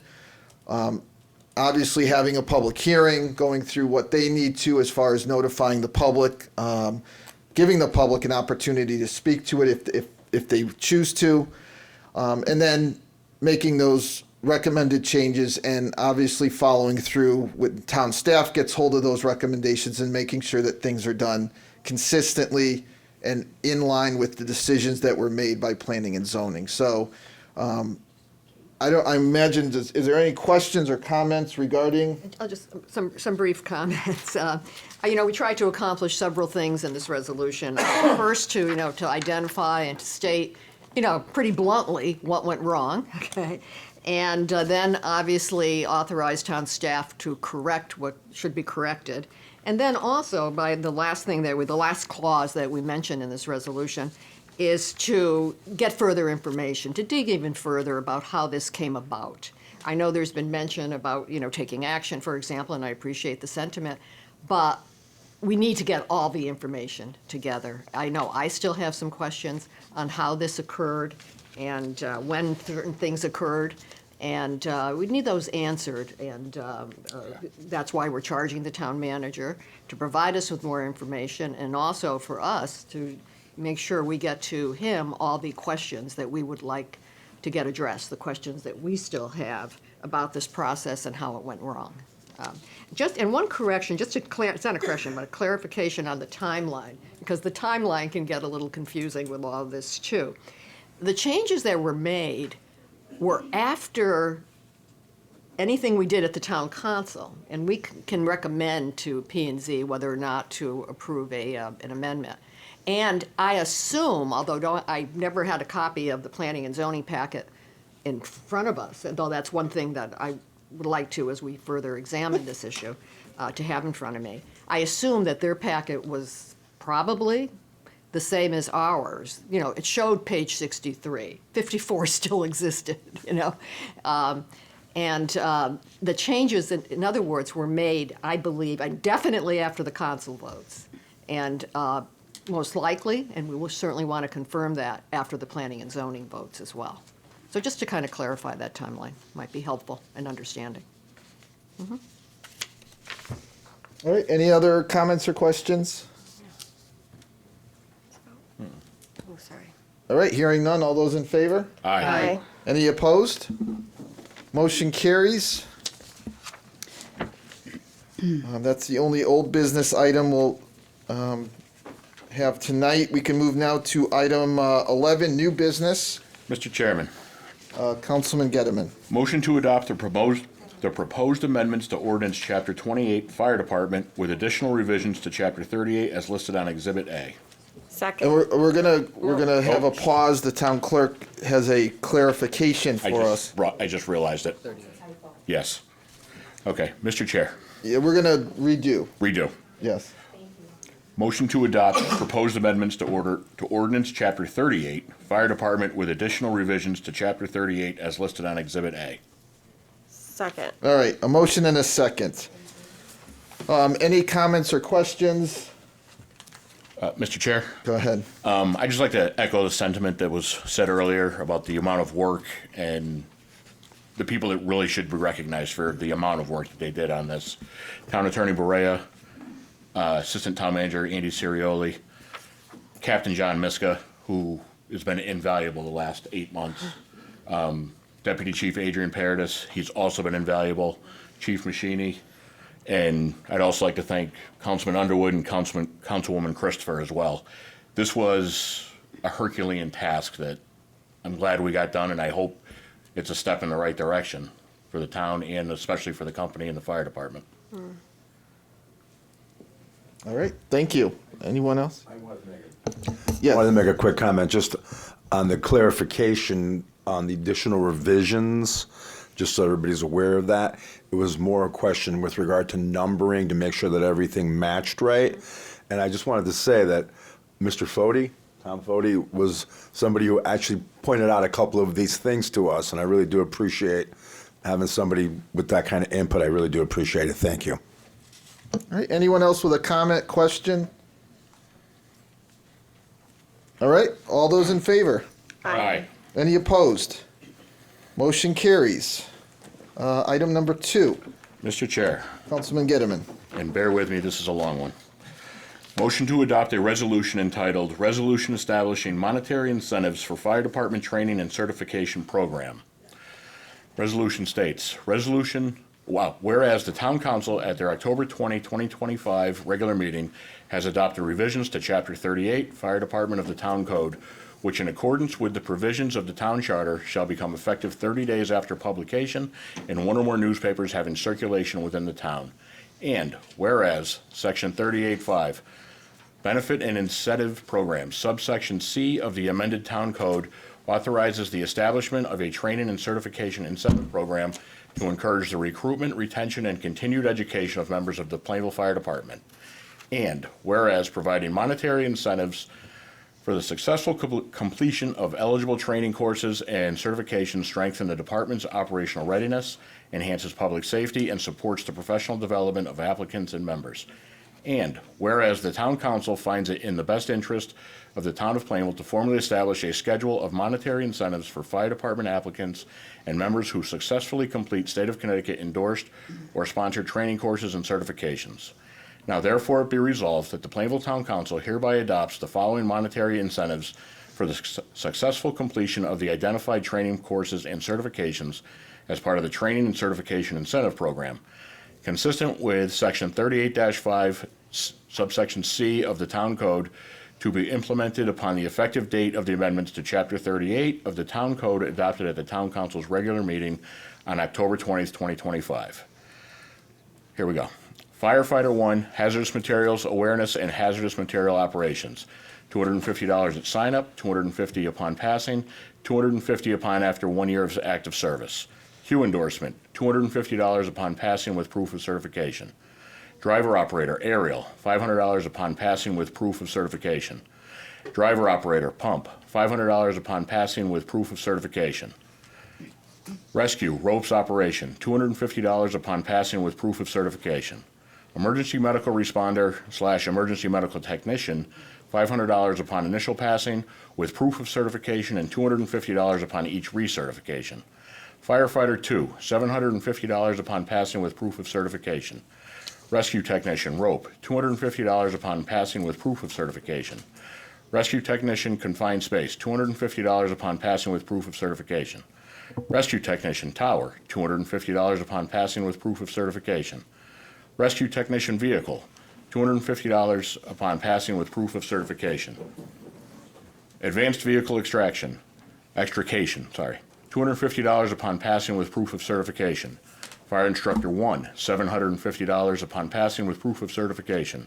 Fire Instructor 2, $750 upon passing with proof of certification. Fire Instructor 3, $500 upon passing with the proof of certification. Fire Officer 1, $1,000 upon passing with proof of certification. Incident Safety Officer, $500 upon passing with proof of certification. Fire Officer 2, $1,000 upon passing the proof of certification. Fire Officer 3, $1,000 upon passing with proof of certification. Note, incentives do not apply to recertifications unless otherwise specified above. Be it further resolved that the fire chief, in coordination with the town manager's office and human resources department, is authorized to implement administrative procedures necessary to carry out this incentive program, including verifying eligibility, confirming completion of courses and certifications, and processing payments in accordance with town policies and applicable laws. Adopted by the town council this 20th day of October 2025. Mr. Chairman, I second that. All right, so we have a motion and second. Congratulations, all of you. You've been witness to two of the longest resolutions this council has ever had to read aloud. We do need a vote. Let me ask if there's a comment or question. Nope. No, that's all right. All right, all those in favor? Aye. Any opposed? Motion carries. And again, thank you to everyone for the time and effort involved. It was significant, that is for sure. So thank you. We're up to item 3. Mr. Chair, Councilwoman Christopher. motion to award RFP number 2026-07, 2026 Grand List Reappraisal and Revaluation to E-Quality Valuation Services LLC, Waterbury, Connecticut, in the amount of $205,500. Second. Motion and a second. Any comments or questions? All those in favor? Aye. Any opposed? Motion carries. Item 4. Mr. Chairman, Councilwoman Tompkins. motion to award bid 2026-17S press box improvements under Capital Region Purchasing Council's EZLI QC program to Millennium Builders, Inc., Torrington, Connecticut, in the amount of $32,530.24. Second. Motion and a second. Any comments or questions? All those in favor? Aye. Any opposed? Motion carries. Item 5. Mr. Chair, Councilman Hurley. motion to award bid 2026-18 treated road salt under the Capital Region Purchasing Council bid number 77 to Morton Salt Incorporated, Chicago, Illinois, in the amount of $87.10 per ton, not to exceed a total of $34,840. Second. Motion and a second. Any comments or questions? All those in favor? Aye. Any opposed? Motion carries. Item 6. Mr. Chairman, Councilman Underwood. motion to award bid number 2026-18 treated road salt under Capital Region Purchasing Council bid number 77 to Morton Salt Incorporated, Chicago, Illinois, in the amount of $74,000. Yeah, I'm going to interrupt you just because I think you accidentally started reading number 5 instead of 6. Go to 6. Well, start all over again. Yeah, that's all right. Motion to award bid number 2026-19, non-treated road salt under state contract number 24, PSX 0150 to Morton Salt Incorporated, Chicago, Illinois, in the amount of $74.89 per ton, not to exceed a total of $74,890. Second. All right, motion and a second. Any comments or questions? All those in favor? Aye. Any opposed? Motion carries. Item 7. Mr. Chairman, Councilman Underwood. motion to approve and authorize Town Council Chairman Wazirko to execute the Third Amendment to the Town Manager's Employment Agreement. Second. Motion and a second. Any comments or questions? All those in favor? Aye. Any opposed? Motion carries. Mr. Chairman. Did we ever add? Yeah, we did. We did. Okay, Yep. thank you for clarifying. I just want to make sure before I embarrass myself. Councilwoman Tompkins, Yes. you want care to make the motion? Yes, motion to hire Nutmeg TV to record planning and zoning, ZBA, and inlands, wetlands, and watercourse commissions for the amount of $4,625. Second. Motion and a second. Any comments or questions? All those in favor? Aye. Any opposed? Motion carries. And finally, number 9. Mr. Chair, Councilwoman Tompkins. motion to approve the tax refunds is listed on the addendum. Second. Motion and a second. Any comments or questions? All those in favor? Aye. Any opposed? Motion carries. That completes new business. Item 12, any other discussions of interest? Is there anything else we want to talk about? One other matter, just in this process of reviewing the POCD, we're also looking at the reference to East Street application, and the motion there may have been out of order and appears to be out of order. We're going to look at that. Talking with Evan and the PZ process to correct the record there as well. So it'll be something Okay. to take a look at. All right. Thank you. Anyone else with any other discussions of interest? I just have one, a couple things, but the first is, since it was brought up tonight regarding the question in a couple weeks from tomorrow, first thing is you could tell the election's 2 weeks away. You got every candidate coming up and speaking tonight, but it was, Mr. Bouzas indicated it was tone deaf that we're going back out to ask the same question, or not entirely the same question, but going out to referendum again with this residency requirement. Those of us that were on the council, and Kathy Puglisi was there, having gone through the last town manager search, it is clear that residency requirement is hindering our ability to get top-notch people to apply. Now, maybe it's more important for you that the town manager live in town than attracting top-notch candidates. That's fine. That's a decision you can make. However, from my perspective, this isn't pertaining to our current town manager. This is going to be a problem going forward, and the town has got to address this one way or another. It's got to be addressed. And the reason I brought it back up after the last election is I had quite a few people who said, it's funny, I didn't get anything from the town. I didn't even know there was a question like this that was going to be on the ballot. And once you explain why it was on the ballot, they said, oh, no, that kind of makes sense to me. Now, not everyone that approached me had that thought, but I think from my perspective, the previous council, which I was part of, didn't do a good job of sending out information describing why this question is on the ballot and the reasons for doing that. So fast forward to this particular council, I don't think it's tone deaf. This is a problem, and we need to address it. And I think the one thing that I'm comforted by is the fact that, I don't know if the mailer's gone out yet, but you're going to get an informational mailer probably this week. Later this week, early next week, explaining the question and what you're actually voting on. So to me, to say tone deaf, I kind of disagree with that. And like I said, you could certainly think the town manager needs to live in town. That's fine. I mean, we're simply asking, can the town manager live in the state of Connecticut? That's the change that we're asking voters to decide on. And I think as everyone goes and looks and decides what's important to them, from my perspective, it's attracting top-notch talent to apply as opposed to living in town. And you're going to have to weigh those two options. What's more important to you?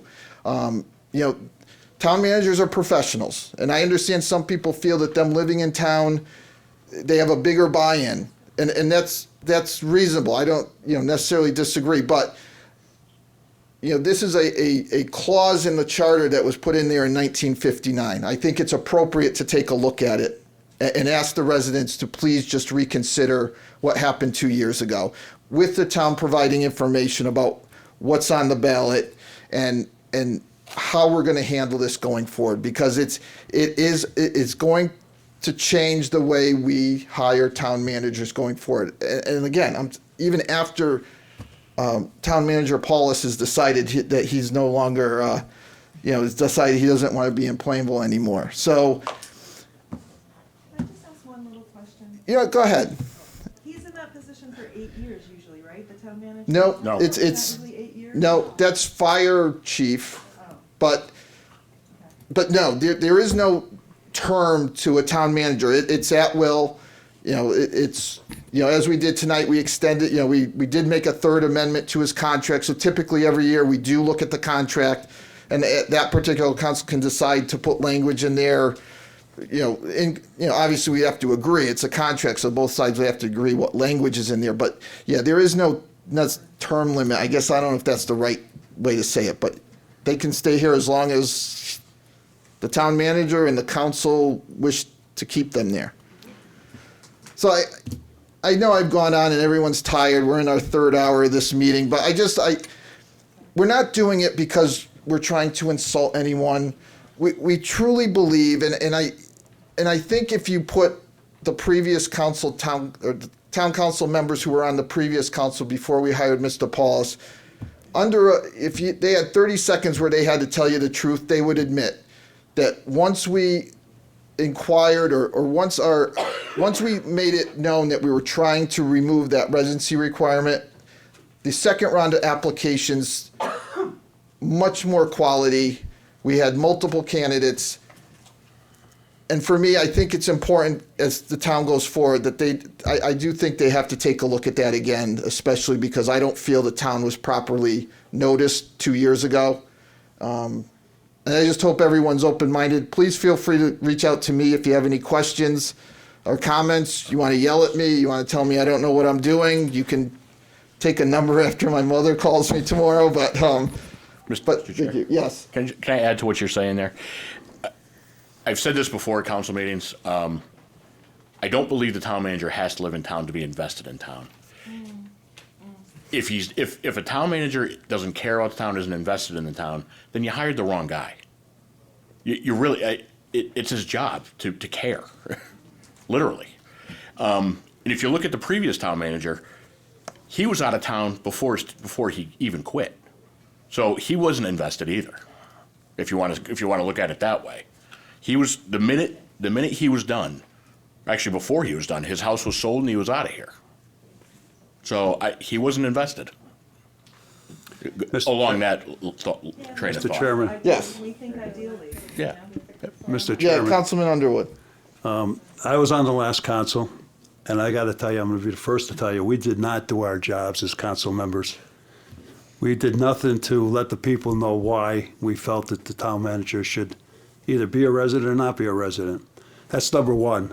Number two, Jarrett, there was a problem with finding housing.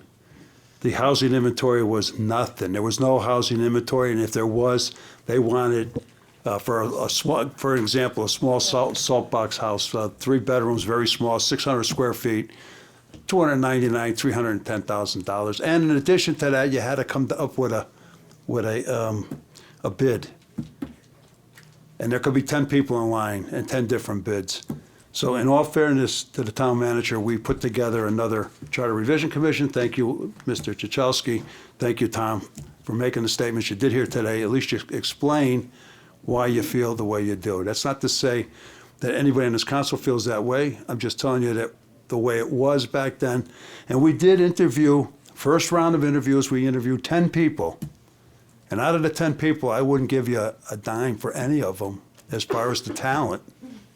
And we hired a consultant. It cost the town some money for the consultant. And I'm going to tell you, the consultant recommended highly to do away with the residency clause. And I'm going to tell you, I was an ex-police officer. And if I had my choice between who I'm going to want in this town as a resident, it would be the police chief. They were an emergency or anything else for that matter. He wouldn't know what to do, pardon me for saying that. No offense. No pun intended, but I mean, seriously, you better have the police chief here. And as Dan Chichalski said, we have to stop kicking the can. Thank you for listening to me. All right, and I didn't mean to hijack this, and we're going to stop. And is there any other discussions of interest? All right. At this point, thank you everyone for the last 2 years. We appreciate it. We've got a lot of work done. Still a lot of work to do, but that'll be the next council's issue, not ours. So good luck to everyone in a couple weeks, and a motion to adjourn. So moved. Second. All those in favor? Aye. We are adjourned. Thank you.